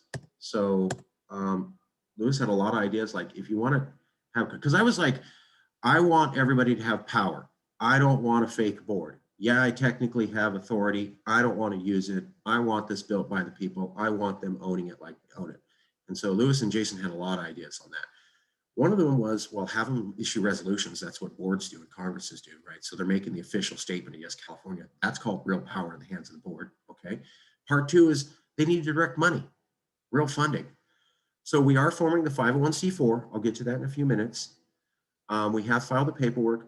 The 501c4 is fully understanding that they're going to raise money and at least half or all of it will be directed by Congress. There is a little bit of a debate on if the 501c4 needs to spend half of the money it raises to go back into the 501c4 to do educational projects so that it continues to qualify for that status. Lewis. Can I clarify? You Sure. are mentioning 501c4, but you're also mentioning educational projects which fall under 501c3. So is the group forming a 501c4 or a 501c3? 501c4. So that it has nothing to do with education. Okay, I'm educated on that now. My understanding what it was. So 501c3 is about education. Okay. Educating the public, but no political work at all. 501c4 is a social welfare organization where your primary function is not political. It is something to do with social welfare, which brings up my next question is, what is Yes California's social welfare mission? Because it has to be our paramount and primary mission if we're going to be a 501c4. And then the politics that we engage in is secondary to that. So that's a 501c4. So there must be some kind of established like mission statement that says that our mission is to do blah, blah, blah, A, B, C, X, Y, Z, and it's some kind of social welfare benefit, some kind of community improvement mission. That's why it gets tax exempt status, because it's benefiting the community, not just a political thing. And then our political advocacy comes secondary to that, and it has to be demonstrably secondary. And so as far as I'm concerned, we've only been doing political work. So the group would have to determine what is its primary function now that fits into description of IRS description of a social welfare organization, and then engage in that. Because if it's only on paper, like our mission is to do X, Y, Z, but we never do that, you're going to lose your tax exempt status. So I'm And just I curious. understand. Yeah, so what I'd like to do is I'd like to table that conversation. Totally get it. I got 501c4 wrong. Got it. It's a separate issue. So that's getting into the weeds, which I definitely need to learn. Apparently I was ignorant on that even after studying for 2 weeks. So what I'd like to do is I'd like to table the discussion of what exactly the fundraising vehicle is and just finish the organization of Congress. I got to get through this. So let me travel back in time, rewind the tape. We're going to form some fundraising vehicle that will be legal. C4, C43, apparently I got it wrong. Some sort of fundraising vehicle is going to be formed, somehow legal. That group knows that they're going to make money and it's going to go to Congress. There's some debate in the group if they have to use some of the funds to qualify that group to raise funds, but whatever the maximum amount they is, they are not going to be spending it. The idea is for this 501c4, 501c3, 517 political action committee, whatever the ultimate solution is, that group raises money, that money comes to Congress. Congress hears publicity vehicles, which is the whole point of why we're here. Promotional projects. How are you raising the profile of CalExit? How are you getting people to realize that now's the time to have a conversation? And Congress would approve projects for that. How does the group feel? Yes. I'm Marcus. I'm sorry. I know I'm being annoying, but this is being recorded, and you're telling people that the primary function of the Congress is not a social welfare mission. So if anybody from the IRS were to see this video, you might lose your tax exempt status. So that's why it's important for you to know exactly what the social welfare mission is going to be, and say that that is the primary function of this organization. Because if it's not, you're going to lose your tax exempt or status, especially because you're in a group they're going to be looking for a reason to give you take away your tax exempt status. So I know you want to table that decision, but I would just I think it needs to be settled. What is the social benefit of California? Okay. And if that money that is being raised, I know Marcus, I know I am the one. We're who's not even talking past about 1 of moving 15, forward. so, okay. But if you go on one path here and you're going to be raising funds, most of those funds have to be spent on social welfare programs, not on Yes California publicity. And so you can't do that under 501c4. That's why I'm trying to caution you from taking that path without establishing what that mission is, because if we're going to raise all these funds and the majority of it can't be spent on California political advocacy for independence. It has to be Let's spent redirect the conversation and have a conversation about the appropriate fundraising vehicle. I'm saying you could do 501c4. I'm not saying not to do it. I'm simply saying it has to, what is our mission?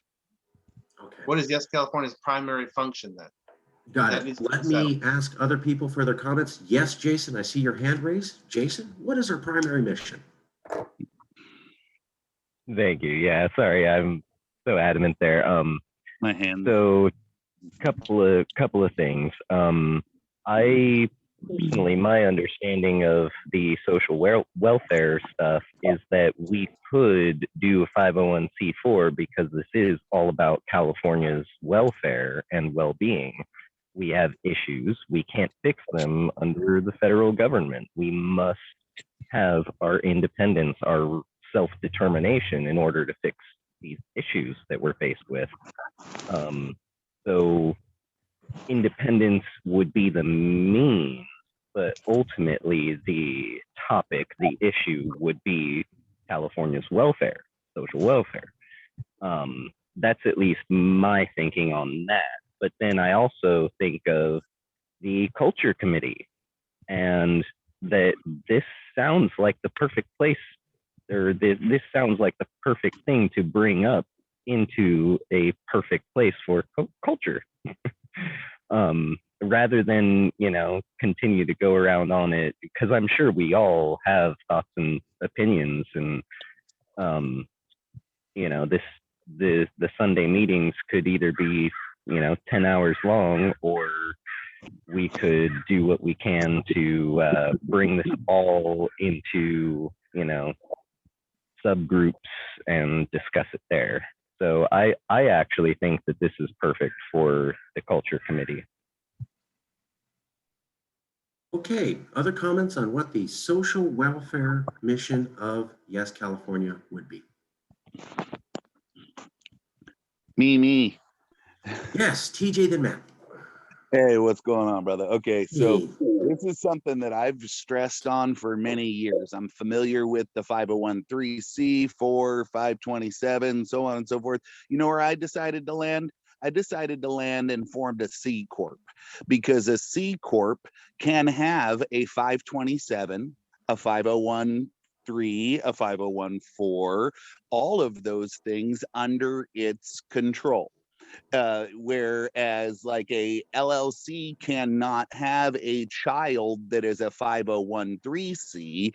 Instead, everybody has to LLC up individually and can't be a 501(c) as a child organization of a variety of these other organizations. So a C Corp can actually have branches underneath of it that is a 527, a 501(c), a 501(c).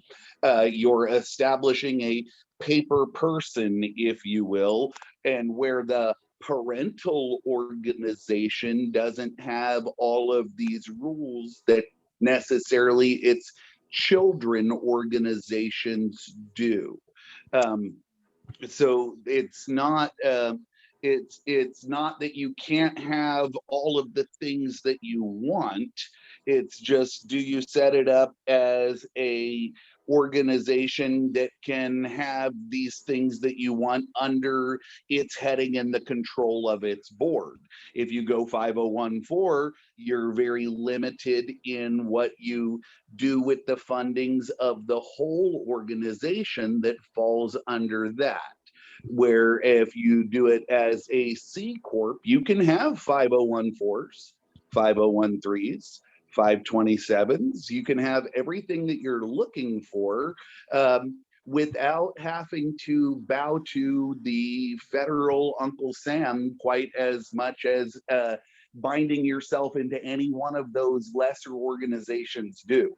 And it's kind of funny, but it's how our system functions, in that you can create a paper person and do all of these things underneath of it if you just go C Corp.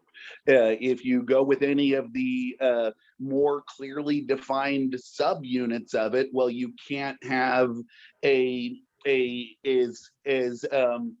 as beneficial of a relationship with the other. So for me personally, with my own push and my own things, which are very much social driven and healing driven, I chose to go with a C Corp that can partner with any of those other corps and even manage them, and have it where that corp's board, the 501(c)'s board, reports to the C Corp's board. Anyway, what about the idea of a forum? Like, we do a lot of discussing and hashing out things here that would be much better hashed out on a forum where we can transcend space and time, if you will, and not have to be here at the same moment, but rather user logins and different levels of the forum board, sort of like the idea of Nation Builder, but with a lot of less expense, because there are free widgets for forums. Yeah. Matt, Marcus, okay, go ahead, Matt. Go ahead. I didn't know his hand was. Oh, thank you. Well, first of all, my kudos and thanks to TJ for your expertise. You're helping us to thread needles in incredible ways. Secondly, on social mission and all that, well, we got a couple of things going on. One, of course, is the educational work being done by the Ohana Foundation for the Mexican War, the California Wars, I should say, the California Wars. And, we're already working on retransmitting that. And it kind of lends us credibility because that's from somebody who has no connection whatsoever to yes. So it shows that we're open to such things. To anybody who comes up with something that we would like to use. Secondly, and specifically on social welfare, what we would be doing would be to concretize the Universal Declaration of Human Rights, okay, in our social work. There's a presentation that I've been invited to give at next week's Congress meeting on, I guess you could say, homelessness, what it is and how to fight it, which is what I'm doing. Okay, so I can walk you through the hoops that I'm going through right now as we speak. And hopefully if I'm still around and, AFib that I have every now and then doesn't turn into a heart attack or a stroke,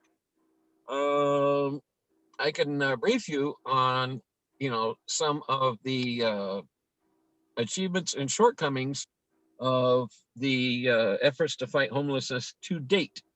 Okay. Thank you, Matt. Thank you. We're Yes. going to get back to, yes. Thank you, Matt. Appreciate it. Lewis, comments? Can you hear me right now? Yeah. Okay.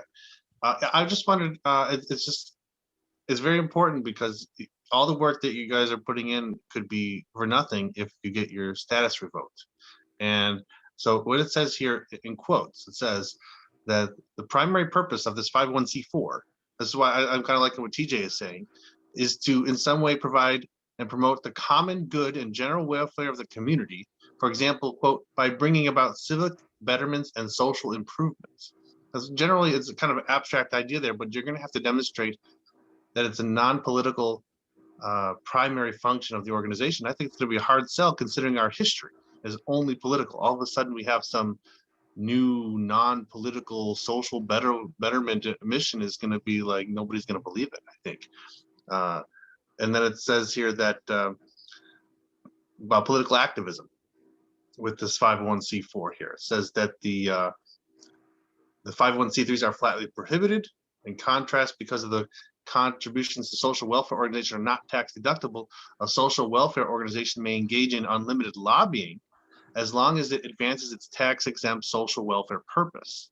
For example, a social welfare organization created to help improve public health could spend its money lobbying Congress to provide more funding for public health, but it could not lobby Congress to increase the budget for space exploration. So it just gotta, you gotta have to decide what is that social betterment mission. And I like what Jason's mind is putting together, these kind of abstract ideas about how California independence is going to improve society and so on and so forth. I think that sounds great here for us, but I don't think that you're going to make that sell to people who are in the IRS office trying to revoke your status when they don't see that we're building bridges or literally physically building bridges or something of that nature to physically improve the community or to improve relations between segments of the community and so on and so forth. So I think we need to have a lawyer look into it and see if we can come up with some kind of legitimate social purpose. Because I'm not a lawyer, and okay. I'm just reading what I'm reading, and I'm concerned about it being revoked. Understood. Do you have suggestions? Let me just ask, because apparently I thought I knew what I was talking about. Apparently I don't. So spent 2 weeks on this, talked to 15 different people, and I still got it wrong. Do you have suggestions on what would be a good fundraising vehicle? Or how we should do this? I like what TJ was saying. If what he was saying is accurate, I can't speak to that because I only know the difference in 501c3 and 501c4. But it sounds like he knows what he's talking about. So maybe doing C Corp, like he's saying, is some kind of umbrella organization. I involved a lawyer and an accountant in my decision. I involved a lawyer and an accountant in my decision as I was trying to figure out how I could marry my ideas of wanting to approach social equity projects with also my belief that they can help vehicles that turn profitable in divisions and how to separate those two so that you could empower people to take off with these ideas that are profitable, but yet not compromise also the other side of it where you're looking to engage philanthropy effectively. So I involved lawyer and accountant before I proceeded with filing my paperwork, because I'm kind of a big anti-government guy and hate paperwork. So I really did my research before I decided which way I was going to file paperwork for my personal push. And I landed at a C Corp, being able to do all of these things and talk crap as a paper person. So yeah, I was a fan. Okay, let me Yeah, I propose think something. Marcus, I think that would be the way to go. Like what he did, I would say your question was a suggestion. My first suggestion would be to get an accountant and a lawyer to suggest which way to go with. And secondly, if we're not going to do that, then my suggestion would be to go with the C Corp, like TJ just described, because it would allow you to branch off and create those different specified organizations underneath it. But I would just hate to see that all this work. I mean, you're obviously quite frustrated right now because you can't make progress, but then you might finally made progress and you finally organized this group. And then in 6 months or whatever, when it's time to file tax reports, they say, well, you don't have a social function, so you lose your tax exempt status. And then what's going to happen? The news is going to say something about that. I mean, your primary function here, you said, is about publicity. Well, we don't want to have that kind of publicity. So we need to have that ironed out. And maybe the C Corp is the way to go based on TJ's experience. Okay, so let me summarize what I think I'm hearing. There's a fundraising committee. It needs to review the decision. Maybe the 501c4 wasn't the right decision, and we need to look at a C Corp, and basically we need to go back over it. So I'm going to say I agree. I'm going to direct the fundraising committee to go back over this, rethink it, double check 501c4 and look into C Corp. And I'd like to invite TJ and Lewis into those meetings. And I'm not wedded to any particular idea. So just so that you know, if it was called the Unicorn Pony Political Action Committee, I don't care. I just want something. So, and I want to do it the right way. So Lewis, obviously you're vastly better educated on this issue than me, vastly. And TJ, you're obviously way more educated on me. So let's say we're not sure about the 501c4. We're going to look into this. We'll revisit it. We'll have some conversations this week. And then next week, we'll come back with a better decision that adequately addresses all the potential issues that Lewis and TJ are rightfully bringing up. Is that workable? Hey, I get it. Stop, revisit. Your 501c4, but you make sure that you narrow its focus to fulfill the mission of a 501c4 under the management of the C. Okay, so we're going to review the decision on the proper fundraising machine. And again, this is progress. So we want to have a transparent, totally what I call kosher, all on the up and up, Dudley do right fundraising vehicle. So everybody's committed to doing that, because what I've heard from many people, a lawyer and a fundraiser, was, I mean, originally we started this because there was a lawyer who said the same idea that a guy who does fundraising in investment vehicles said. You go, Yes, California is known. Okay, people know Yes, and they'll donate to Yes. But, they heard rumors.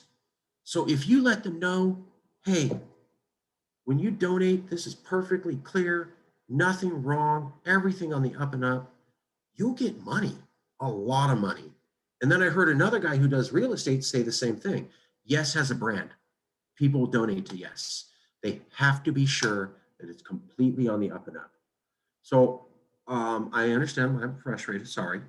But Lewis is doing us all a favor, and TJ's doing all of us a favor, and we have to get this right, and they're completely correct. And I'm not wedded to anything, so very open, as long as it's Dudley do right. Yes, Sam. We throw in one other thing we may want to take into consideration. Do we want to sell any products such as swag gear? I mean, there's other funding mechanisms besides donations, which would be selling products. So that's something I think we should take into consideration. Amen. I didn't want to have it as a handout organization, even though I wanted to approach equity projects. What I wanted to do is be able to empower small capitalist ventures of people previously stuck in a have-not camp. And that's why I didn't want to marry myself to a 3 or a 4. So we might need to use the old EIN. We need to look into selling products, and we need to look into a C Corp. And we need to review the decision on a 501c4. Am I getting all the issues? Because I'm definitely going to write this up, and we're definitely going to review all these things. So we need to review 501c4 if it's right with the social welfare thing. We need to look at the old EIN. We need to look at a C Corp, and we need to look at selling products. Okay, we will revisit all that. I want to get the right fundraising vehicle. Lewis, thank you. I thought I knew what's up. And this is a lesson for everybody. Like I just told you, I'm not that brilliant. I steal ideas and then I sound brilliant. So if it wasn't for you guys calling me out, thank you.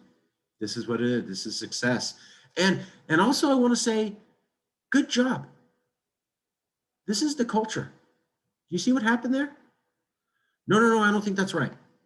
Oh, it's this, it's that. What about this? I don't want that. Okay. Yeah, I'm a little frustrated, whatever. We got a better product and we had good dialogue and we had critiques and we had people calling out, but it got better. This is the culture I want for this group going forward. If I get run over by a bus tomorrow, if the federal government abducts me and says, you guys are too close to actually seceding, this is what I want this group to keep doing every day moving forward. So I see you, Jason. I'm not. 3 minutes left until the public floor. Christine Yeah, makes that's going to get pushed back. So thank you, Jason. I appreciate that. Yes, the public's allowed to be at 1. Typically, we allow them until the board member meeting is done. So fundraising committee, we're going to revisit it. 517 or C Corp, use the old EIN, revisit 501c4. Does it have to have a social mission?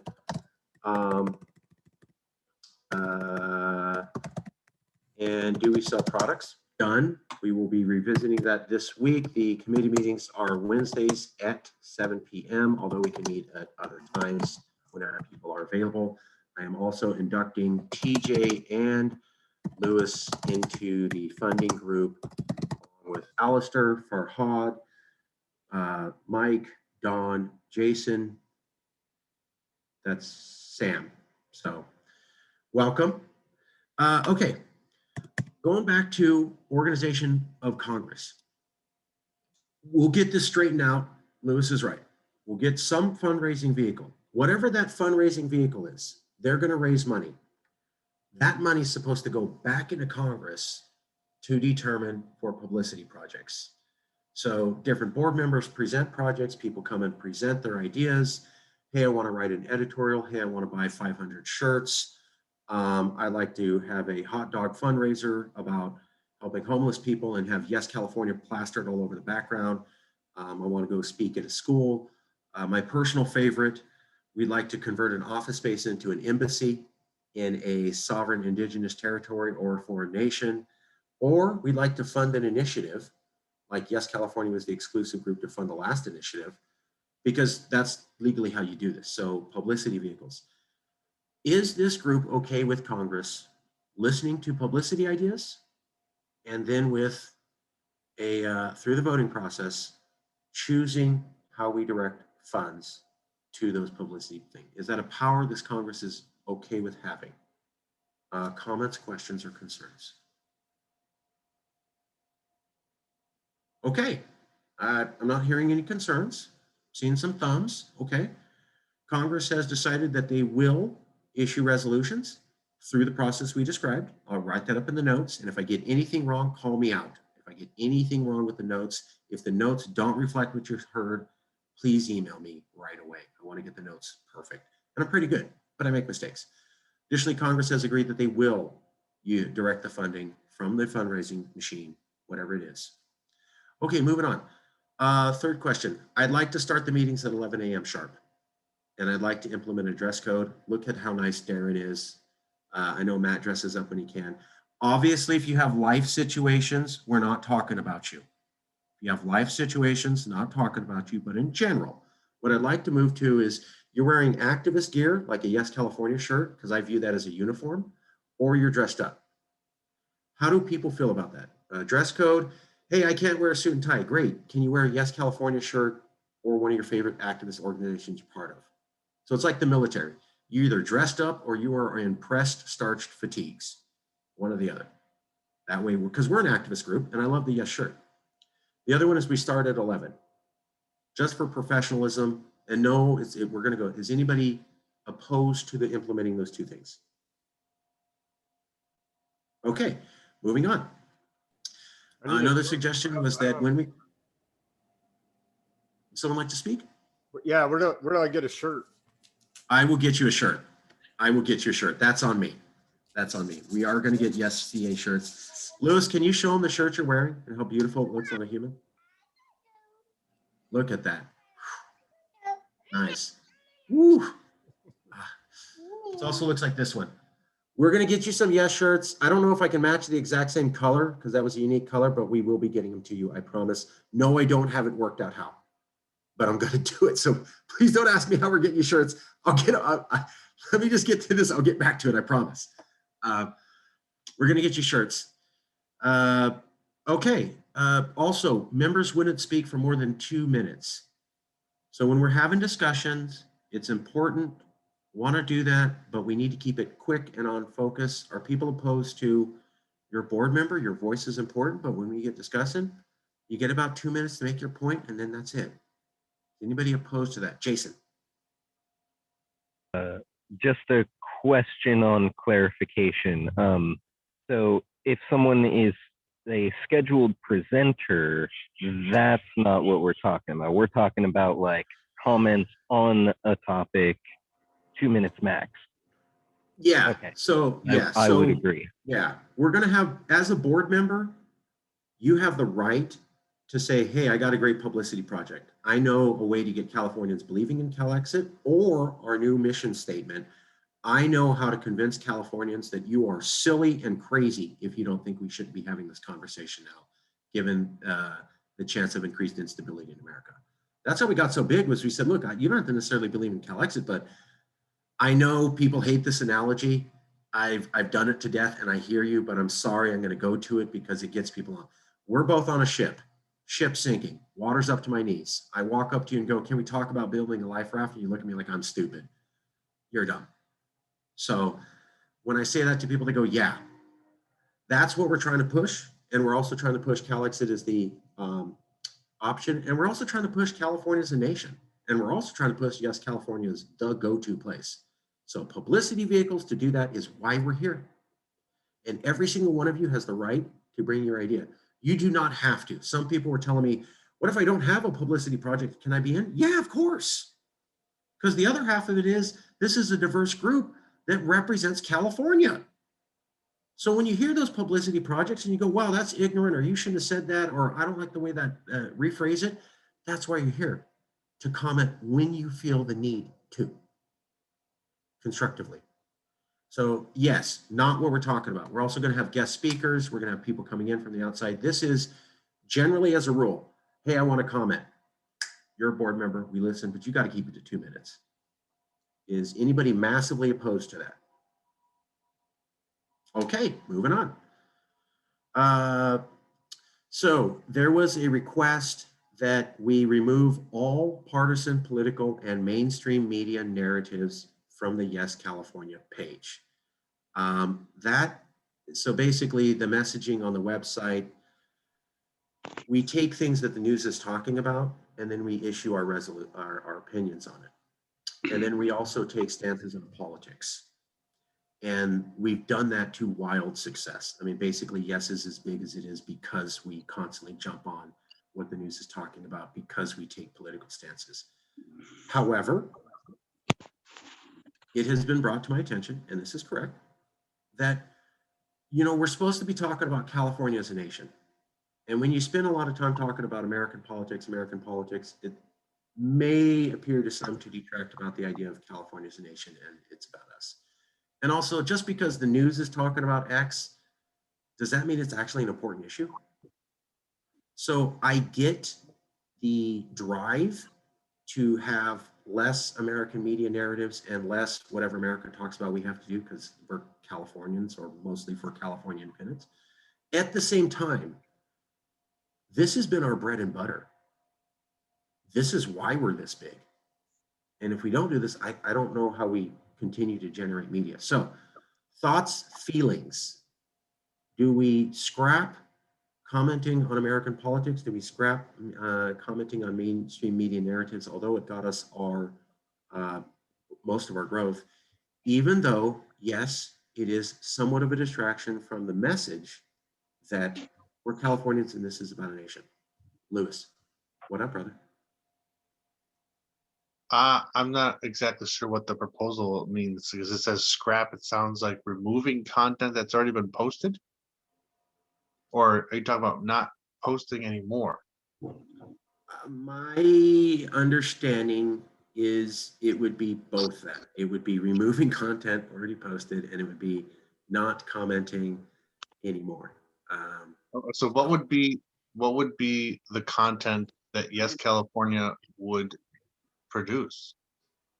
I have no idea, which is why I said this is, even though this is how we've gotten all of our media attention for the last 5 years. Well, even if we take away that part, and let's say that I'd just like to understand the person's frame of mind here.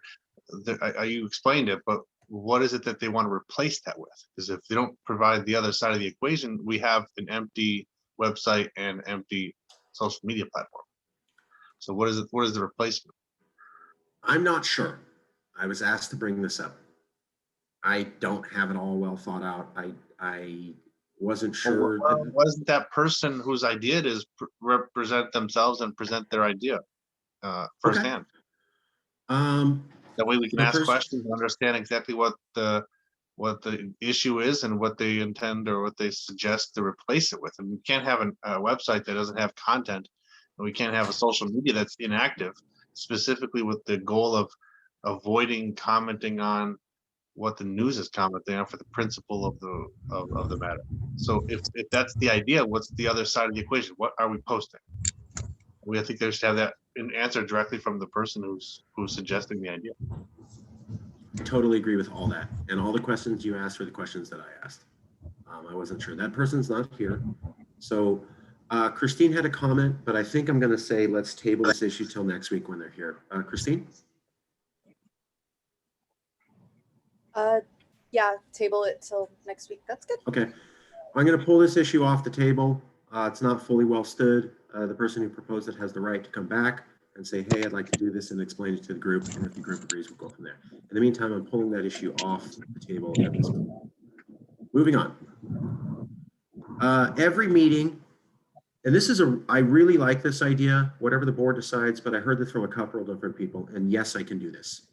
Every meeting, so that everyone who watches the board meetings knows within the first 10 minutes, hey, I can't watch an hour. I can't watch 2 hours. You guys are too long. Okay, but in the first 10 minutes, we nail out everything you need to know.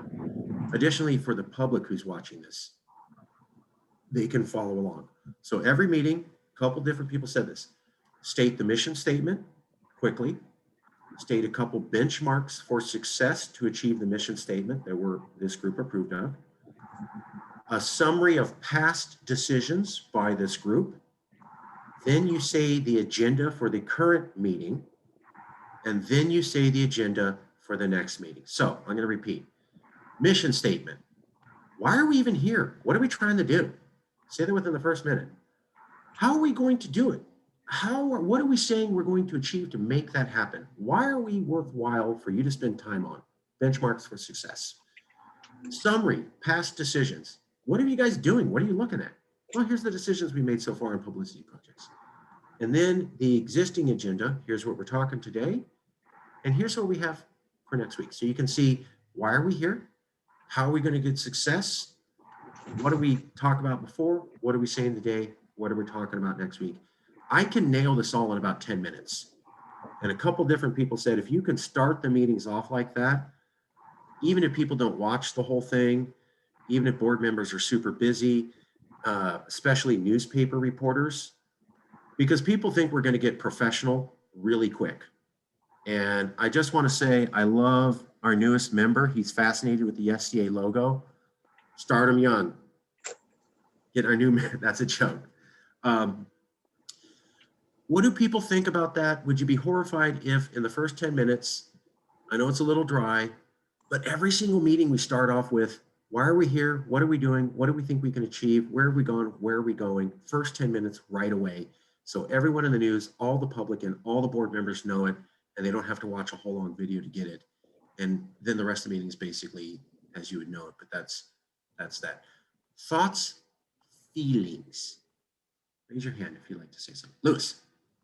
Could that be posted in the chat in the beginning and then get onto the business at hand? That's up to the group. Typed version Yeah. posted in the chat? Yeah, I could post it to the chat. I was asked to say it, but we can definitely post it to the chat.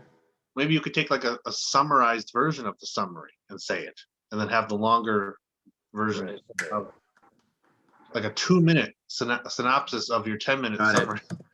You can mean, orate I that s- underneath the text of it in the chat for the reporters to, because it also provides a written record for people to go back and read it, you know, if they need to.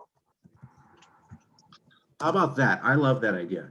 I will post the full thing in the thing in chat each meeting, and I'll do a quick summary at the beginning. Jason.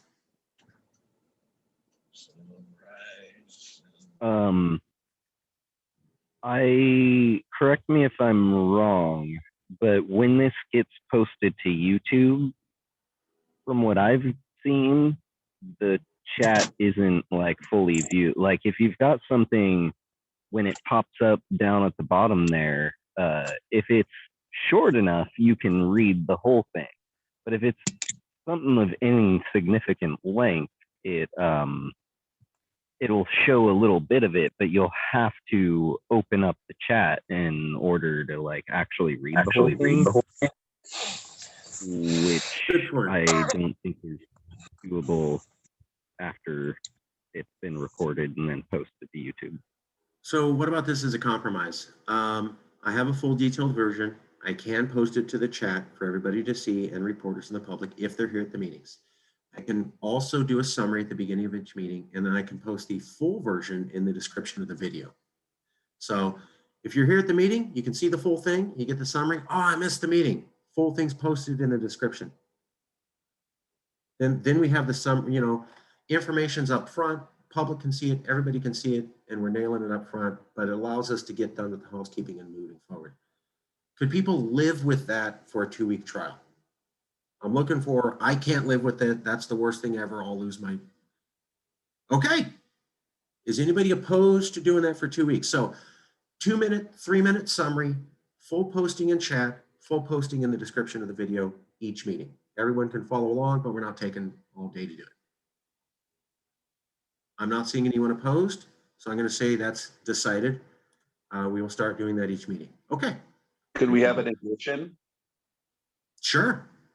What about the idea of a individual from the board giving a 2-minute testimony as to why they believe that this movement is important, so that you're putting at the front of the meeting a potential heartstring tugger for every person that's out there talking. There are people like them, and giving them a very short couple of minutes to do that as part of the opening of every meeting. Again, the idea is to grow the group and to grow publicity and to understand one another.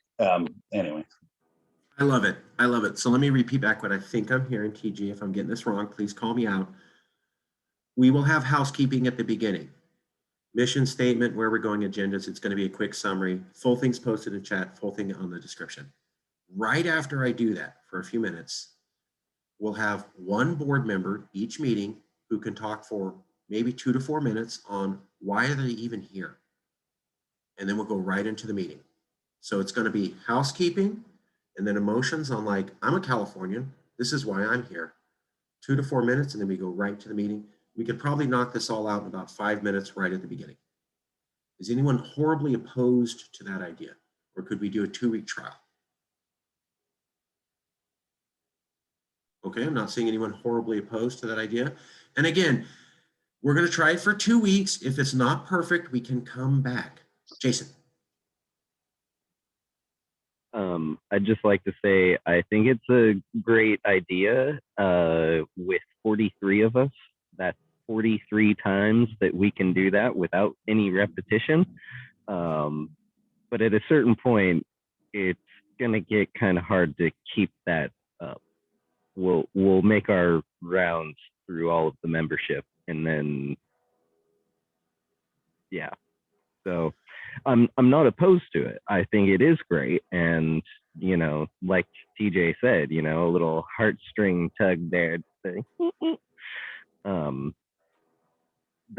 that's a pretty valuable culture piece, a marketing piece, right?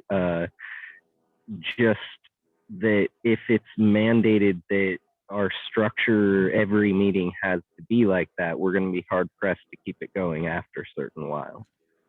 I think we would grow within 43 weeks. We'd have new members, wouldn't we?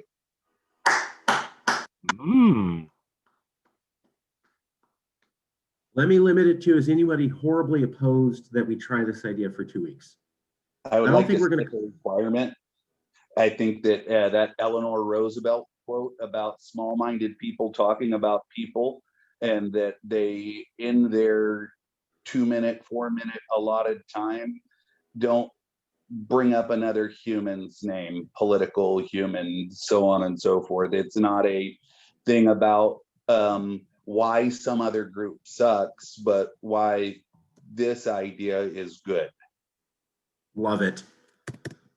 No slams on politics and stuff, just why are you here as a Californian? Okay. All right. We're going to try that for 2 weeks. It seems to be okay. Moving on. So the agenda for each meeting, roughly it was suggested that it should go like this. So we have housekeeping, and then the agenda's in the housekeeping. So the agenda for each meeting would be organized like this. I got to go through this, sorry. So blah, blah, blah, housekeeping, and then I announced the agenda. Each meeting, we will try to have what's called new business, which is presentations from board members or special guests on publicity vehicles. Those people can say, hey, here's my idea for a publicity vehicle. No one can tell them that's a horrible idea. Don't do that at all. But you don't have to support the idea either. So let's say I come in and I want to say, hey, Sam, bring it in family. Right on, right on.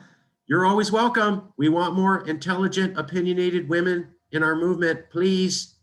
I didn't know that. Okay. Cisgendered male said that. Anyways, each meeting, board member comes out or a special guest. We should reach out to the indigenous, and we should have posters that say you could get land back or whatever. Now, some people may like that idea, other people may not. If you don't like the idea, you're just quiet. If you do like it, you go, well, I'll help out, or you can make it better this way. So while there's not negative feedback on ideas, it doesn't necessarily mean that you convinced anybody. This is an open forum, and if people weren't sold, they're just not going to help out or raise their hand. So it's up to them if they want to feed in, if they want to give you feedback, etc. So you can come and present your idea. No one's going to go, how dumb. But if it's not that great an idea, you might see a lot of people just going. And if it is an interesting idea, board members have the right to constructively go, I would flip it this way or turn it that way, or if you phrase it, horses are better than cats, people will respond better. So they can give you criticism of the idea with the idea of making it better. Nobody has to support your idea, but it's a safe place for board members and everybody in the public to make presentations. Because I want to invite reputable people from the public here, and I want them to see that this is a safe place. At the same time, we're not telling everybody that every idea they have is the land of milk. So the next point would be board members have the right to help that idea or not help that idea or be quiet.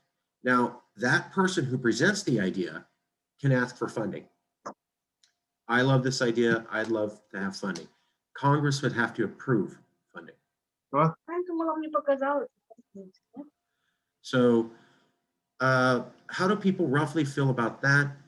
You come, you present your publicity idea, or a speaker does, they look for support. You can't slam the idea, but you don't necessarily have to support it. Constructive criticism is there. They I can have, ask for. I have a publicity idea of promoting a UBI. Let me get to that in a little bit, brother. Yes, UBI. I got you down, Robert. We will get to that. I just want to get through this layout, because once we decide this, then we're moving on to just publicity projects. So I know it's a little dry, but yes, Robert, I got you, and we're going to follow up on that. Is anyone opposed to that roughly being the format of the board? TJ. If you don't leave it open to critical thought, you're making a mistake. The way to hash out ideas is with your friends and people that care about you and your success and your mission, being able to be honestly critical with you. And if you don't take the opportunity in those type of environments to allow that critical look at things, all you're doing is just setting yourself up to get beat up by the public. I'm just saying. Yeah, we want critical feedback. Without getting into it, we have been in the movement for a couple of years, and what a lot of board members told me was they don't want to go and present an idea and somebody goes, "That's dumb." And that's the whole comment. That's just like, don't do that or scrap that idea. It's more along the lines of, did you think about how this might affect your idea, right? So like, and not having a forum for it being, again, critical. You want your friends to be critical. You want to have opportunity with your friends to be critical, because when you go public with the publicity idea, those ain't your friends no more. That's what I'm talking about. Yes, I want critical feedback. I don't want people to tell you it's the greatest thing ever. It's a culture. We want to walk the line of, and I'm sorry I'm artfully explaining this, but I don't think your messaging is going to work. Have you tried this? Did you think about X? Maybe 501c4 isn't the right thing. Maybe there's another vehicle. Here's these problems. Be critical. What I don't want is, that's dumb. I wouldn't even do that. Because we've had people say that, and I'm trying to walk a line of that behavior we don't want at all. Yeah, that's not constructive. That's destructive. They're not hearing your whys. This is important to you, and just chucking your human perspective as one of having no value. That's never helpful, and unfortunately, it happens a lot. Not on this board. That's what I'm trying to get us to vote. Jason. Also, to further hammer home the point, this organization is all about productivity, action, getting stuff done. And it's all, I don't think I really need to say much more about it than that, right? Like, it's all on this point. I could go on and on and on, and I know we don't want to. And in the sake of productivity and just getting stuff done, I'll leave it there. Thank you. Okay, so is anybody horrified by that proposal? You come, you present a publicity idea if you want, board members or the public. If you feel like commenting, great. No destructive criticism, but definitely constructive pointing out. And you can choose as a board member if you want to help them or not, and they can ask for funding, but they can't get it unless the Congress approves. Is everybody okay with the 2-week trial of that process? Anybody disgusted with that idea? Okay, moving on. So the agenda will be, hey, here's the presentations, which is what we're supposed to be doing. Publicity ideas, publicity ideas, publicity ideas. Then we come to reports from the committees. So we're launching a lot of committees. Those committees typically meet Wednesdays at 7, although this Zoom channel is open to all board members for any time they want to meet. So if you're like, hey, I got to meet at 5 a.m. at 3 a.m., Friday at 3 a.m., if you click that link, you already got a meeting. It's yours to use. You can have a meeting whenever you want with anyone else in the group. I don't want to meet Wednesdays at 7. It's got to be Friday at 3 a.m. Great. Just don't call me. Go ahead and have the meeting. That's a joke. So committee reports each meeting if they decided something, and it would be very brief. So like 2 minutes, like our committee met. We don't want to hear all the decisions, why you got there. Just, we decided X. So we have the International Resolution Committee. We went over this. We looked at Darren Brown's idea. We think the Sikhs nudity statement, we've agreed with that. Here's our draft. And then Congress would vote on the draft, yes or no. Okay, that seems to be, I'm not seeing anyone horrified by that idea.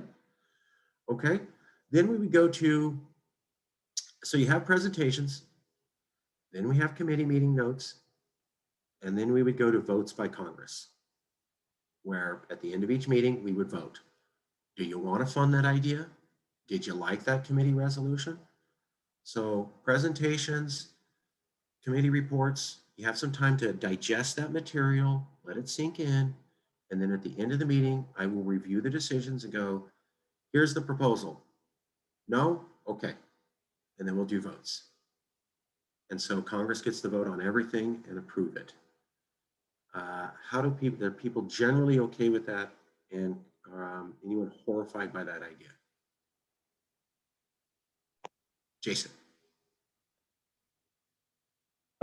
Just as a thought, could we have like 3 potential options for a vote whenever a vote comes up in the board, in the Congress? Yes vote, a no vote, or committee vote, meaning study it further. Well, anyone opposed to that? So each time you have presentations, then we have committee reports, then we go to a vote by Congress. Congress on each issue can say yes, no, or go back to committee and study it further and bring it back, which is kind of like a conditional yes, no. Like, we're not sure, you can try again. Or hell no, we're never doing that, or we love it. Anybody opposed? So, Marcus, can I make a suggestion? Yeah. This was mentioned earlier, I forget by who, but I used to participate in an internet kind of mock government system where there was a forum and you have a login, you log in yourself, and then these resolutions are posted as text, and then there's a kind of a time frame by which members can log in at their will and vote as a response to the original post. So think of it like a comment thread where the original post is the resolution being discussed, and then each member would then, let's say, give it a 72-hour window, for example, or whatever number, 96-hour window. And during that time period, the members would have to sign into that website forum and simply respond with yay, nay, or abstain. And then at the end of that time period, the votes are counted and the discussion is closed, the comments are closed, you can't add any more comments to it. And that's a way that the people would be able to vote within a 3 or 5 day window, whatever you decided to do, at their convenience. And it would also be recorded where everybody could see it. And there could be no dispute about, well, I told Marcus to do this, or I didn't have time to call in, or this or that. They posted the comment, there's a timestamp, they logged in to do so, and it's public record therefore. So question for clarification. This would be different than the voting system for Congress that we agreed on earlier? No, I'm talking about generally the way in addition to. Well, let's say, for example, that there's a resolution on some topic and it gets presented to the board or it gets presented on this call. Well, it's going to be presented on the call so that people can talk about it. But then after that, it's going to be posted on this website. And that's where the actual voting can take place. And it'll be open for some time period, like 72 hours. So after this phone call, it's posted to that forum. And then voting is open for the next 72 hours. And any of the members during that time period, whether they were on the phone call on Sunday or not, would be able to log in and read the context, read the resolution, and then cast their vote. And then So at 72 hours or 96 hours or whatever the time frame is, the comments are closed, you can't vote anymore, and the votes are tallied and a decision is made. Okay, so let me repeat back what so just for the resolutions. Resolution was proposed at the meeting. Here's the statement. There'd be a Google Doc or some sort of online thing, and people that have 3 days after the meeting to issue their yay or nay on that resolution going forward. So at least we're like discussing an issue, issuing a resolution, and then we get some sort of vote within 3 days. TJ.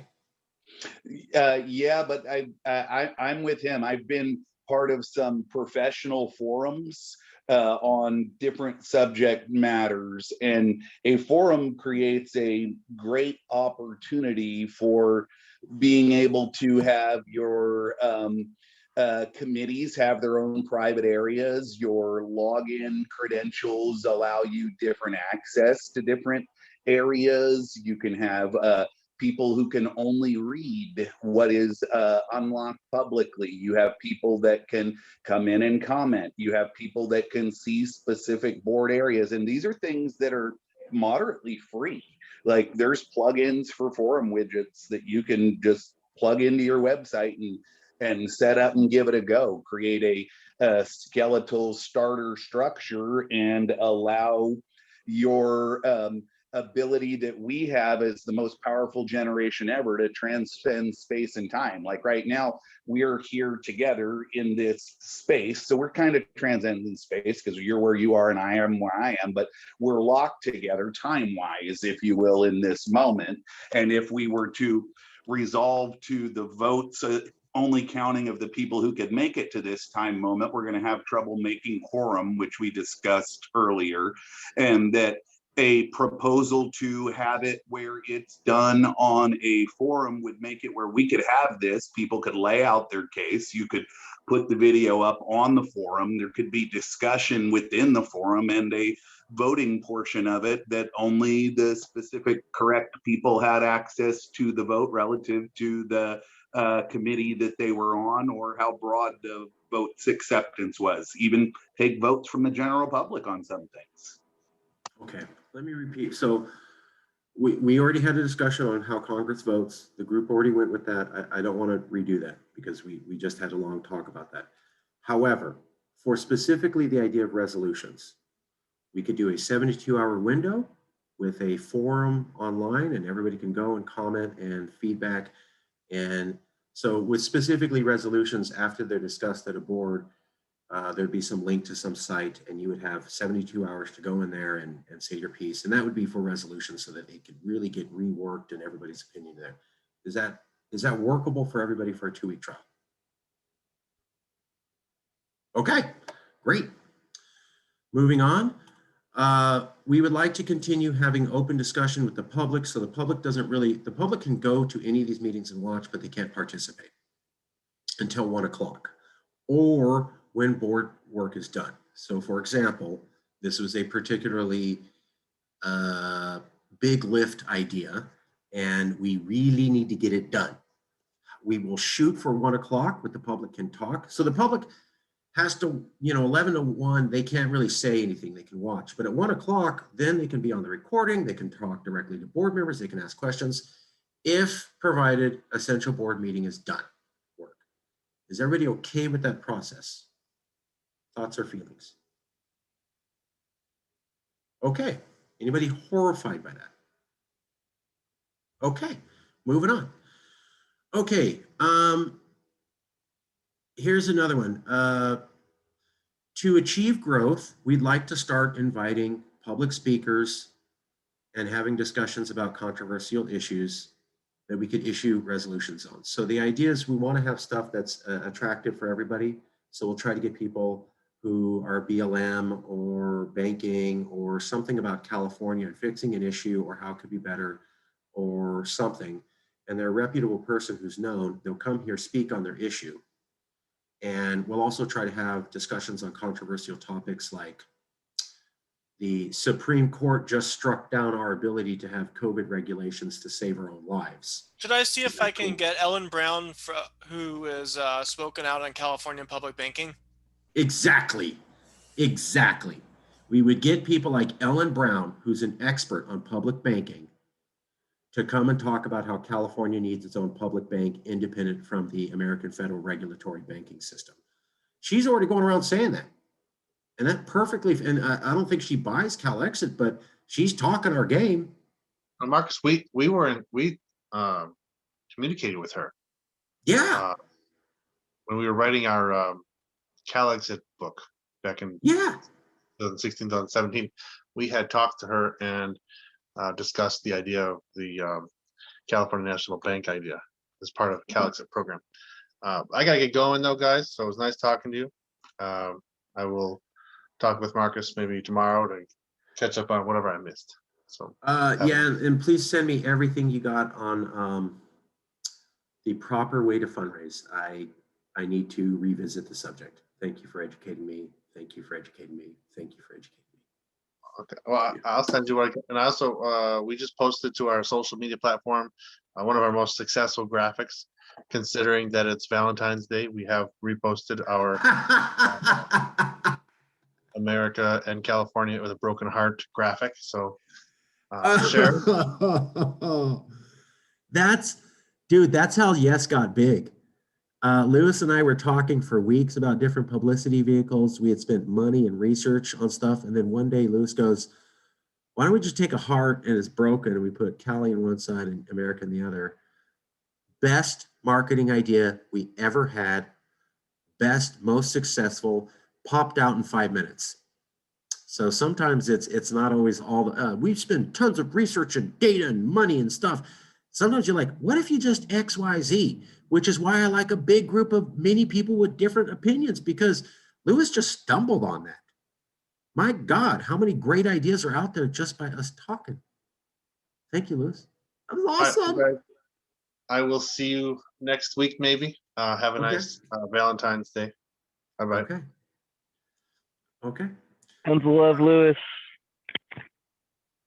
So we want to have outside speakers. We want to have controversial topics that are related to California or being independent from the federal government, or how we could do better building something more independently, or about how to achieve independence, or something that's pro-California nationalism, I guess.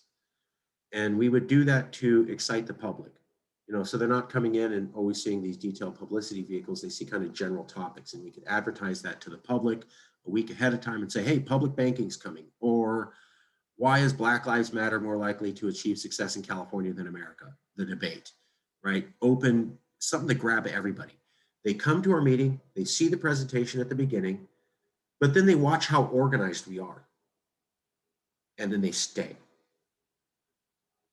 Is everyone okay if we try that? Anyone opposed to that? Okay, great. Every week at the end of the meeting, the president would give out homework. Now, hold on, before you freak out, it's a video about influencing people and marketing and how to brand. So because we're about promotion, every week there would be a video, and we would ask everybody, watch this video on influencing, talking, marketing, talking points, publicity. So we're always thinking in the right frame, like culture. We're about publicity. We're about reaching out. We're about having this conversation. So every week we have a video.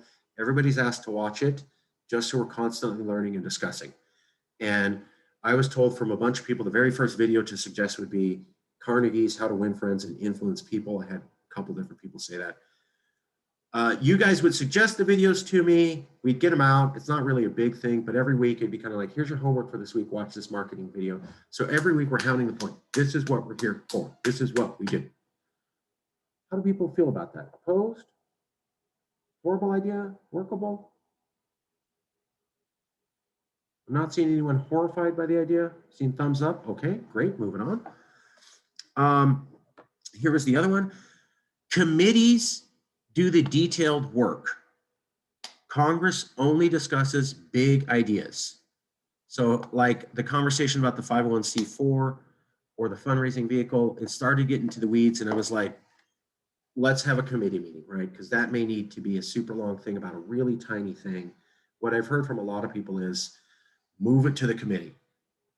Big high level decisions, voting, Congress, committees, detailed work. So you can go into the weeds, but you're just not doing it here. Is anyone opposed to that idea? Okay, great. Moving on. Okay, here we go. Level of transparency. So this is something where there's some debate. A lot of people said, hey, we need full transparency. I agree. And then I kept getting comments like, that video where that person said that, they didn't say it so great, and that makes us not look professional. So I'm hearing two different things. And maybe I'm not interpreting it correctly. I could just be getting it wrong. This is what I'm asking the group. So what I'm hearing is record everything, post it up, full transparency. Also, it's all our training videos. We're able to grow quickly because I don't have to do any training, and neither do you. People just watch the meetings. They can see what we're about, how we do it. At the same time, I like recording the committee meetings when they get into detail. Now for the 501c4, I pulled down the committee meeting only because it gets legal, and I was advised for legal stuff. But other than law stuff, Judiciary Committee, Rules Committee, Culture Committee, Resolution Committee, recorded and posted to the public. However, someone may be not well spoken, and that may go out to the public. In my mind, transparency is like Oliver Cromwell.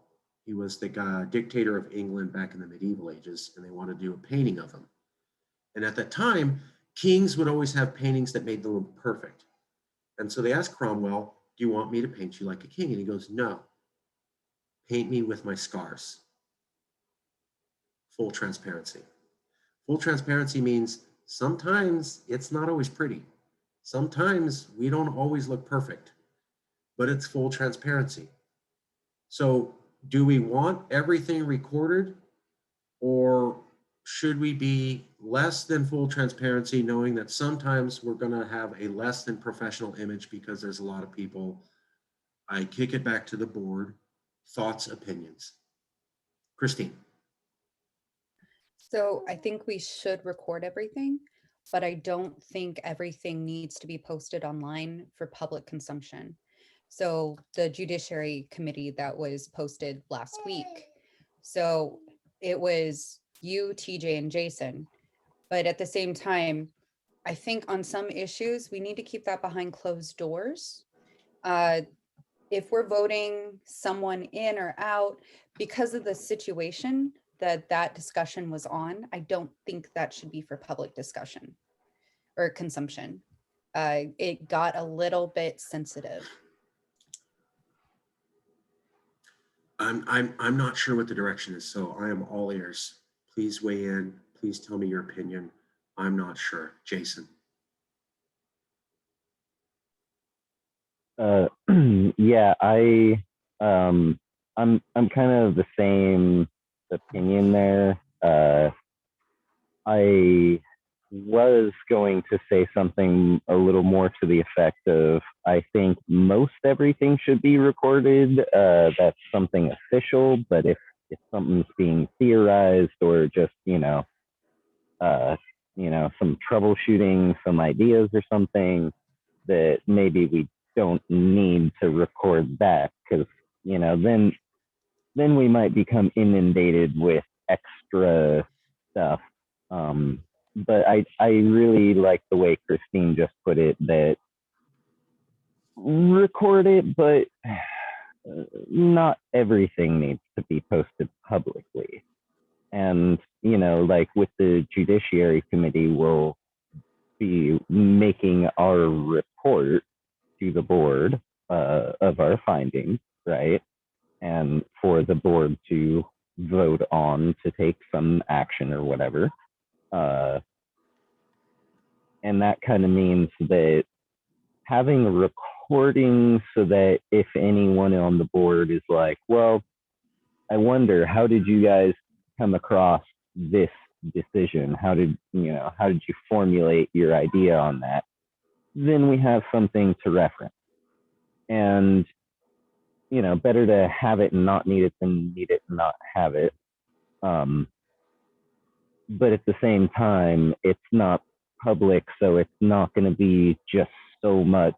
And, again, the drama factor, especially with the Judiciary Committee's whole, pretense of it is just, something's too much drama to be in the Congress meeting, so we'll handle it outside of there. So, stuff like that, I really agree there. Record it, but selective posting. Okay, 2 questions. Who's going to store all of the non-recorded stuff? Because I can't do it. So we're going to get to where there's like 50 videos and then someone has to remember how to find it. So we'll need a separate person and a separate recorder. Additionally, how do we choose what videos get posted and which ones do not? I don't want to be part of that decision. I'm already called a dictator. So it's got to be democracy. And if we're not showing videos, there needs to be some sort of meeting or recording showing where that decision was made, which will not include me. Christine. Not about who's going to be recording, but as far as storage goes, what we can do is we can create a business account for Dropbox, Google, any of the cloud storage systems, and then we can have multiple terabytes, and then we can just upload, and then the storage, so people aren't like, oh, my terabyte's full. We don't have to worry about that. I get a copy link from every Zoom meeting. So I'm totally willing to send that copy link to whoever, and then they can start downloading on the storage thing. I really don't want to volunteer for another job because I'm already doing 15. So I will say, let's store them. I'll send the copy link and we're going to look for a documentarian post. That's just the working title. Doesn't have to be that, but somebody to post the videos to a private server. So how do we determine which videos go public and which ones not? We're going to have most of our videos go public if we're going to look like transparency. I think it won't look good if we're like, hey, we had 50 different committee meetings and only 3 got posted. It's got to be a better number than that. People are going to go, wow, you're hiding almost everything. So I get some should not because they cause drama. How do we pick? First off my head would be Judiciary Committee. And basically we do, okay, there was no drama in this meeting at all. Nothing sensitive. It was boring. Fine, it gets posted. If there's any sense by any board member of drama, you go to Judiciary and they say, yeah, post it, or no, don't post it. Then it's an impartial group. So things get posted unless we see drama. That's sensitive. That could hurt someone's feelings. Don't want to do it. Want to keep positive energy. If anybody suspects drama, any one person in that meeting suspects drama, it automatically goes to Judiciary Committee. And then they say post it or keep it private. That Judiciary Committee meeting would be recorded and posted to the public. So while we're not showing the dramatic video, we are showing the decision-making democratically made process that led to that video not being shared public or not. How do people, thoughts, feelings? I think that's a good way to look at it. But the Judiciary Committee should not be viewed by the public at all times. Anything with drama needs to be shuffled away. Okay, even though there's gonna be people saying, you're tricking us, you're hiding things, you're taking down videos, you're not telling us why you're taking down those videos, and that people will definitely start telling rumors. We live in a digital age. There's going to be, no matter what we do, no matter what we show, there will always be people who are saying that anything can be photoshopped, anything can be doctored at this point. So no matter what happens, just expect people to talk. Okay, then what we'll do is videos get posted unless there's drama. If any board member of any meeting feels it is drama, it goes to judiciary. They are not filmed, they're not recorded, and they decide if that video gets posted. That way we can have most of the videos go out, but we do have a drama resolution process. I felt it was drama. Well, it's one of you out of 15 people, but just to be safe, independent body, judiciary decides, and we go from there. TJ. I don't think you want to not have a record of the judiciary process. I think maybe that's more private. Like, let's say we have a board meeting and some people say, hey, you know, maybe this one shouldn't go public, and it goes to judiciary. I would think that separate subcommittee's meeting should be accessible to the board, maybe not the public, but at least the board, so that they are comfortable with how things are actually being hashed out and resolved, assuming that there is contention. Just having a closed door, hey, here's our decision, doesn't lend itself very well for being able to prove back to the board that it wasn't Marcus's decision. So I think what I'm hearing is the judiciary meetings deciding if a video is too dramatic to get posted should be posted themselves, even if the video of the drama is not posted. Is that yeah, but not publicly, for the consumption of the people on the board, not for not for the public. Now, I think that the unscripted, less professional look and understanding that is part of what they're witnessing is real humans with real issues hashing out real problems together. I think that's good. We have a extreme amount of distrust for big media and big government, and too much of that is so polished that you have to question the honesty rather than whether or not you're just viewing well scripted promotion material. So I think that not having enough of your technicalities when you have discrepancies or difficulties or differences of opinions being visible, all that does is makes it where, like, all right, so this could very well be a polished turd, instead of actually them being able to have an understanding of, yes, they're struggling with these issues that I struggle with too. Like, and I think that a little bit of struggle and contention and it being resolved in an overarching demonstration of goodwill cross culture, cross ideologies is way more powerful than your polished presentation, unless you got, you know, hundreds and hundreds of thousands of dollars to dump towards shoving it down their throat. Not yet, brother, soon. So how about this?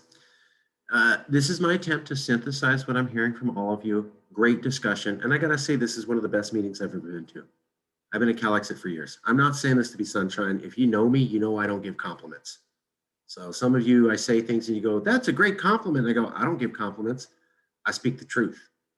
So I tell you when you do something great because it's awesome and I want more of it, not because I'm trying to build up fluff. I don't say things to people that ain't true. Some of you have gotten great compliments. You go, that's the nicest thing I ever heard. It's true. That's why I said it. So this has been one of the best meetings. We're having back and forth. No one's giving in.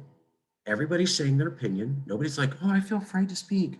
People are calling each other out, but it's professional. This is winning. Just know this is culture. So here's what I'm hearing. Every committee meeting is recorded. If there's no drama, it gets posted. If one member of that meeting feels there's drama, it goes directly to the Judiciary Committee. The Judiciary Committee will have an unrecorded meeting where they discuss that. Well, actually, the Judiciary Committee will have a meeting discussing if that video has drama and can be shown. That Judiciary Committee meeting will be recorded but not shown.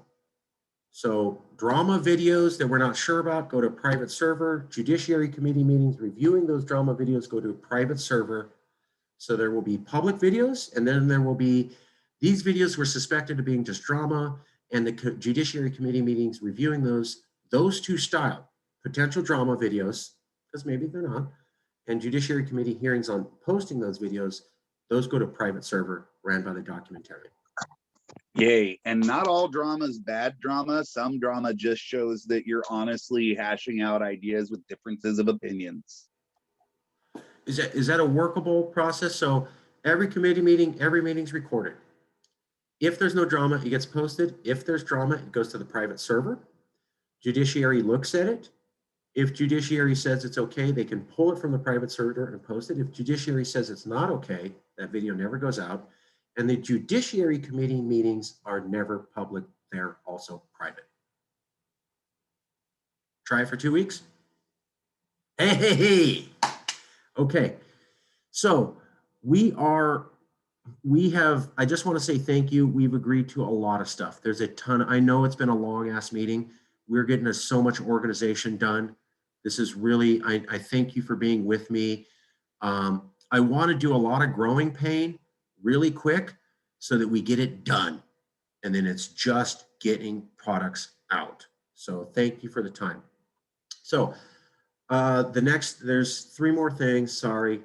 The next one is new committees proposed to the board. So talk with Texas. If Yes California CalExit can have a joint publicity vehicle, press release, statement, anything with the Texas Nationalist Movement, that's global media attention. Rabbi Stephen Axelman brought that to my attention and said, we really need to have a group dedicated to how do we get Texas to want to do stuff publicity-wise with us. Since he nominated it, and since he's given me a ton of advice, I nominate as the head of this committee, the Talk with Texas Committee, Rabbi Stephen Axelman. Is anybody opposed to this committee forming? And is anybody opposed to Stephen Axelman as the head of the committee? Okay, moving on. Professional culture creation. This can be whatever you want. I had talked to a couple of you about, and as I said, whenever they studied nonprofits, they said, there isn't an upper limit on the size of the board. However, they did say what many of you told me. Well, if you have a big board and it's not organized, chaos, bad. But none of them said there's an upper limit. What they said is if you keep it straight, it's better. But if you can't keep it straight, don't do it. So if you can't stay organized, don't even try. But if you can, they literally said, the more diversity and the more women you have on your board, those nonprofits are better at getting their message out and understood by the public, period. That's what we're here to do. So I want to have a group that I don't run. I'll show up, but it can't be me. Saying, how do we make sure that this is a highly productive group every single meeting? And we'll have bylaws, but I want people to believe in it. I don't want people to have to be like, well, the rule says you can't say that. And they're like, fine. Rather than, I helped write those rules. I see the point of them. And even if I make mistakes and violate them, I'm not trying to do that because I get what we're trying to do and I buy what we're trying to do. And so I have nominated Christine Howard Eshmawi as head of the Professional Culture Committee. The idea will be to have meetings and to develop a specific task. How do we make sure that this group is high functioning, professional, and always working on publicity projects, professional. Christine has advised me many times over the last year and a half. She always has an independent mind. She's worked in other corporations and businesses. And the thing I like best about Christine, she won't tell you something nice just because she's worried about your opinion of her. If you got a booger hanging on your face, she's going to let you know. Sorry to borrow a valid phrase. I love that. So very blunt, much like the Latinas that raised me. So orale gente. So I nominate Christine, Culture Committee. Christine demanded that Jason Wright be asked by me to be on the committee. So I also recommend that. Is anybody opposed to a professional culture creation committee that will develop a culture that will go into the bylaws, but really isn't strictly about laws? It's about how do we make a culture here that's about a high production group. And is anybody opposed to my nomination of Christine Howard Eshmawi as be head of that group. Anyone opposed? Okay, great. Moving on. There was also a proposal by TJ Shelton to have an alternative energy, and I added big infrastructure ideas to remake California. So on the one hand, I had mixed feelings. We're about getting people talking about CalExit. And when we start talking about alternative energy, it gets a little away from that. However, many CalExit people have said, why am I supposed to believe in CalExit if you can't tell me how it gets better? You're telling me believe in this idea. Well, what's that new California look like? Why would I want to join that if you can't tell me you're even thinking about making things better? And so there are a lot of people who say you need to explore big ideas. You need to be seen as the group talking about we're remaking California. Homelessness, well, in our new California, we could do these 15 ideas and it would be wiped out. Segregation, redlining, the legacies of that. In our California, we did. And so even if you don't oppose those ideas, you have to be seen as the group saying, we're thinking big about how to remake California so life gets better for you. And it's important to do that to even have people sign up. So I nominate the Alternative Energy and Big Infrastructure Committee, and I nominate TJ Shelton as head of that committee. Is anybody opposed to that committee? And is anybody opposed to my nomination of Mr. Shelton? Okay, moving on. Bringing Californians together. This was another committee idea. So this is totally separate from the Culture Committee idea. Totally separate from the Culture Committee, totally separate, completely different thing. Culture Committee, how are we making ourselves work? Bringing Californians together would be a committee that would propose ideas that would basically become resolutions or publicity projects, but they're focused on bringing Californians together from many different walks of life. This idea came to me from TJ Shelton. I am, with love, not going to, well, I'm not giving a nomination on this committee because I think it's such a big idea and I just nominated TJ for a committee, so I'm trying to be fair and spread the love. Hope you understand what I'm trying to do, TJ. Nothing but love. I think you're understanding what politics. So I nominate this committee. I am not nominating a head, but I love this idea. We should absolutely have a committee so that, yes, California is constantly proposing ideas on, just like the big alternative energy, like how do we make California better? And then how do we bring Californians together? I would love to be seen on that. Can I make Jason? a motion real quick? Mm-hmm. I make the motion that we accept this committee and every member have an idea of somebody that they feel would be appropriate to head this committee, someone to nominate, and report back with that next week. That is my motion. Can I get a second? I second. All in favor? Anyone opposed? Christine? Oh, Christine's cool with it. Okay, yeah, gotcha. I just a slight digression. I loved it, Christine, when your little dude was like tugging on the yes shirt and looking at it. And I'm like, yeah, get them young, new members. So I'll leave it there. Okay, yeah, that's what we'll do. We're going to move ahead with the committee. Everybody will ask to nominate a head. Next committee, foreign outreach and establishing embassies of a future independent California in foreign or sovereign nations. So this means both indigenous nation territories where they are sovereign, although they are not legally recognized as such, but we know they are independent. Indigenous nations here in California, we would treat them as sovereign nations, a stance, yes, California has long had. Additionally, any foreign country. And the idea is, yes, you can't form an embassy. And yes, only embassies are by government. But one of our biggest things was that we had basically a closet where we put up a bunch of posters saying, come visit the independent Republic of California. And we got that.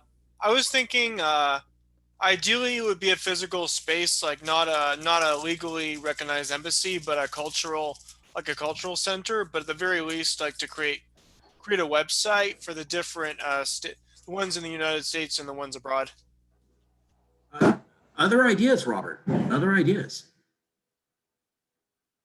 Robert, do you have more to say about that? I think ideally, if there's like, if we get enough funding, is to create an actual cultural center. Maybe it could be one physical space, and it would be more like a museum, and market it to tourists to California, and then they'd go there and learn about the different cultures and the different nations that have secessionist movements, and then the same for California could be implemented in other countries or other states. But I think like short term, like to create it would be sort of a website, maybe like Yes California Embassies.com, something like that. Hey, that's called winning, folks, right there. You see how big that publicity idea could get? What was the name of that website, Robert? I was thinking you should call it Yes California's hyphen embassies.com or .org. Okay. I don't have a head for this group. I was looking at Lewis, obviously, because he pulled off one of the biggest ones. And I was also looking at Jason because Jason has reached out to Europe, Armenia, India, Germany. I mean, he is hustling. But what I'll do is I'll say, how about we nominate a head to Congress? So Are is you everybody- in? Are you still going to have the Cape Party on for the meeting today? They were invited, they haven't shown, but yes. Yes, and I have been talking with them online, and I told them to show up at this meeting, and I gave them the information. I believe they will show. I have been talking with them. I have confirmed this date and time, and I will continue to follow up. And Robert, that's exactly what we're trying to do. So, brother, you're doing it. Robert Stark reached out and found contacts with the Cape Independence Movement, and then said, you need to talk to the CalExit movement. That's called winning. Other globally recognized independence movements, recognizing Yes California exclusively is our brand growing. So thank you, Robert. I will continue to follow up with them. Yes, they said they were coming, and I ain't letting them go nowhere. They're going to be here if I have to harass them to the end of time. So, okay. I'm going to nominate this committee move forward, and I'm going to say that, okay, why is that not working? We will nominate head later. Head next. Basically, people give their suggestions this week, and then we'll vote next Sunday. Okay. All right. We are down to, if I'm not mistaken, the last two things. Real quick, if I may, I see a hand from Matt. Oh, Matt. Thank you, Jason. Matt. Thank you. I nominate John Simcha. He's been outstanding director of outreach to the indigenous nations. And we've been working together on establishing cultural missions to them based on their model of establishing cultural missions to us. So yeah, I would very much want John Simcha to be on that committee, very much. This is a great problem to have. We have a lot of quality people. Lewis has done this. John is a master at reaching out to communities and getting them to talk. He's done it with the Irish. He did it with the indigenous. When the LA Times said he couldn't pull it off, he single-handedly did it. We're on the 7th listening session with the different indigenous. He's connected with key leaders of Black Lives Matter, and he actually got connections with the Scottish Nationalist Movement. Lewis literally built the first embassy and did a lot of the global news that got us this far. And Jason has single-handedly been identifying other independence movements and actually making contact with them through social media alone. Just cold calling these people. They don't have a clue who Jason is. And he just works that discussion till they start going, oh yeah, well, why don't you have the Yes California president come out and speak? I seen him do it with Armenia. It blew me away. They had no idea who this dude was. He just kept hammering it and hammering it and hammering it and building that rapport until one day they go, yeah, Yes California, why don't you come out and speak on our Armenian Independence Art Soc Forum? John can do this job. Louis Marinelli can do this job. Jason Wright can do this job. I am glad we're in the position where it's a hard choice. Okay, I'll leave it there. I listed all three of those people as nominations. It's going to be up to the group. Moving on, last two issues, mission statement and benchmarks for success. So I have we've had a mission statement kind of going forward. And then there was a few ideas to spread it out. A couple people said, well, what you're saying is really 2 or 3 statements. So here's what I have that we've been working with, and then feedback from people. What are we here for? Why does this Congress exist? Number 1, to raise the profile of California as a nation to Californians, Americans, and the entire world. Raise the profile to everybody that California basically is a nation and could be a nation, however that's done. Number 2, be the best recognized, most valued CalExit organization to Californians who feel California already acts like a country, and to Americans who kind of want us out. That this organization is the most professional, most trusted, biggest, most respected in California and recognized by Americans. So Californians who want us to be a nation, and Americans who say we kind of don't want you around. That we are the go-to brand standard, period. That's a mission statement. The other one is also that we raise the profile of California as a nation. Finally, this is the one we've been working on the whole time. You guys have been bored to death. I keep repeating this, but to raise awareness among all Californians, or at least the third who believe in CalExit from 2017, Reuters Ipsos, that it is unreasonable to not have this discussion in order to save our lives, given the increased instability in America. That basically we're raising awareness amongst people going, if you don't believe in it, okay, but it's time to have this conversation, and you must agree with that it's time to have this conversation. You don't have to agree with the solution. You don't have to agree that CalExit's the right thing, but our opinion is to get 40 million Californians to go, it's time to talk about this for real. I'm not there, I don't know, but time to have the conversation now. Goal number 1. Goal number 2, raise the profile of California as a nation to Californians, Americans, and the world. Goal number 3, make ourselves the most awesome organization that's the most professional and trusted to lead this conversation by both Californians and Americans and maybe the world. Anybody opposed to that mission statement? Anybody feel that's really outlandish given where we've been going? Or does that generally seem to be what we've all kind of been coalescing towards in a consensus fashion? Thoughts, feelings? I would say trustworthy and honest about it, because a whole lot of what we got going on is a lack of trust for the large overarching systems that we have, and your push to keep as much of our records as public as practical. I mean, we want to control negative things that are unnecessarily from gaining lots of traction, but the like having the honest conversation where we actually allow our disagreements along the way to be aired. I think that is an important piece if you really want to get a whole bunch of people on board, because right now it's a tough situation of trust. Trust is tough. I love it. So here's the revised mission statement based on Mr. Shell's comments. One quick thing? Could we take what you just gave us to the culture committee and further refine it there? Yes, I would like to get if I can, at least a tacit approval to have this as the operational mission statement for the next 2 weeks. The culture committee can definitely look at it. I say the way we have it is. I was just making a additional suggestion. I'm going to say culture committee can look at and report 2 weeks, but otherwise it's going forward for now. Culture committee has the chance to look at it and go, and we'll talk about it in 2 weeks. But in the meantime, it's operational. Anyone opposed?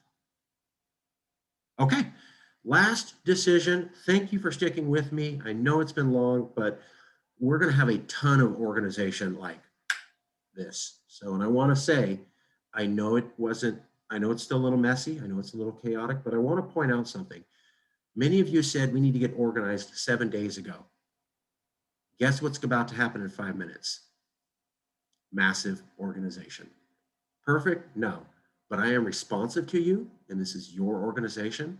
And while I have control, I really don't like to do it. I want this to be consensus-based. I want to be able to say, well, I don't like the way that group's run. Well, fine, go tell 43 people they got it wrong. What?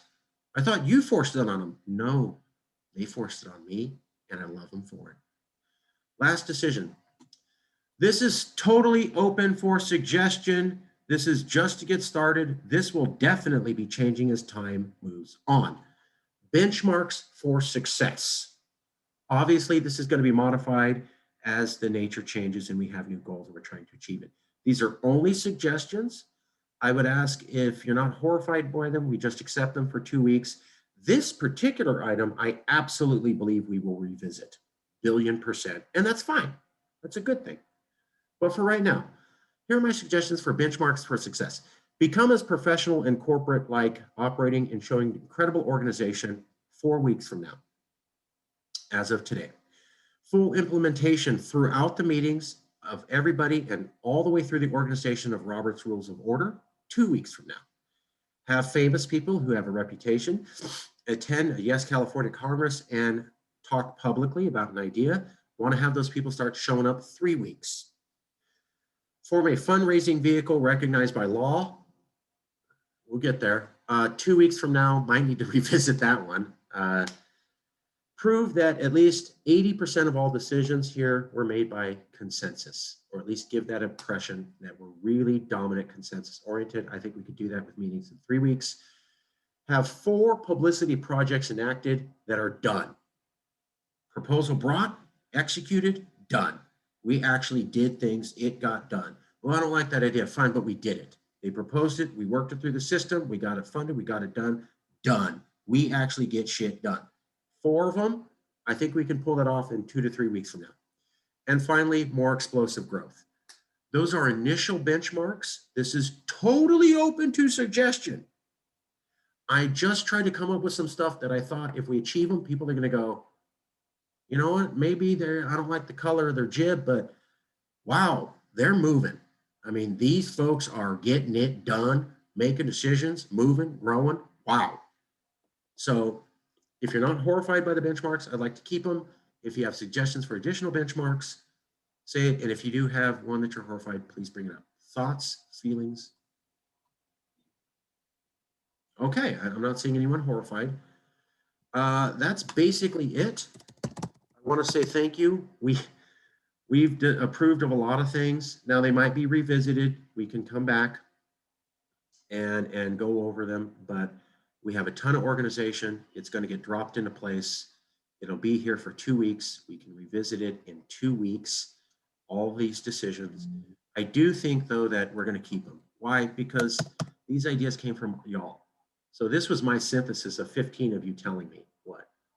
And then I fed it back to you, and most of you go, yeah, that seems reasonable. And I said, is anybody horrified? And I love it, because some people immediately called me out, like Lewis, like, whoa, can't do that. Great. So you see what I did? I was like, are you horrified? And when people were horrified, they stuck their hand up. No, no, no, no, no. So if we don't have that, I think this is a good chance it's going to go forward. Could be wrong. These ideas came from you. They were synthesized by me. They were fed back to the board, and then the board approved them. So that's pretty democratic. And we'll have a 2-week review. So if somebody's like super pissed or whatever, we can come back. I would ask, though, when we come back in 2 weeks, it's up to you, and if the board decides, fine, but I am begging you all, I would really hope we come back with, here's an alternative, not, I don't like that. Okay, well, what are we gonna do instead? I don't know, but not that. Please don't do that. So if you really don't like an idea, come back with a workable solution. Hey, let's do this instead. I really don't wanna do the not that, and then we have to shut it down and have a whole debate and figure out the options and then go back and come out with a solution. You got 2 weeks. Please, you don't have to, but if you're really like, I can't live with that, please have an alternative. So that is it for the meeting. I'm going to end it there. This is open discussion forum. I'm going to end the recording now, unless there is any, 1 second, let me do this real quick. Start screen share. Is there any last minute comments before I end the recording? Anything at all related to CalExit and the board? Yes, Jason.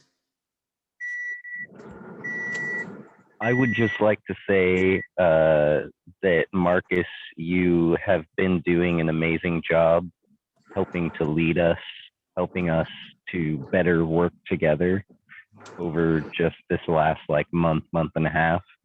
And I have full and complete faith that you will continue to do so. I'm gonna get you that money right after the show. Don't tell anyone I sent you. Okay, sure. I mean, oh my God, we're still recording. You weren't supposed to see that. Stop. Yeah, it's okay. I mean, this is. Oh no! Hey, I've got a recording now. Yeah, I've got I got you. Any other last minute comments? Grease my tongue. Okay, I'm gonna end the show. Stay on line. I'm just ending the recording. Do you want to stop the cloud recording? Yes.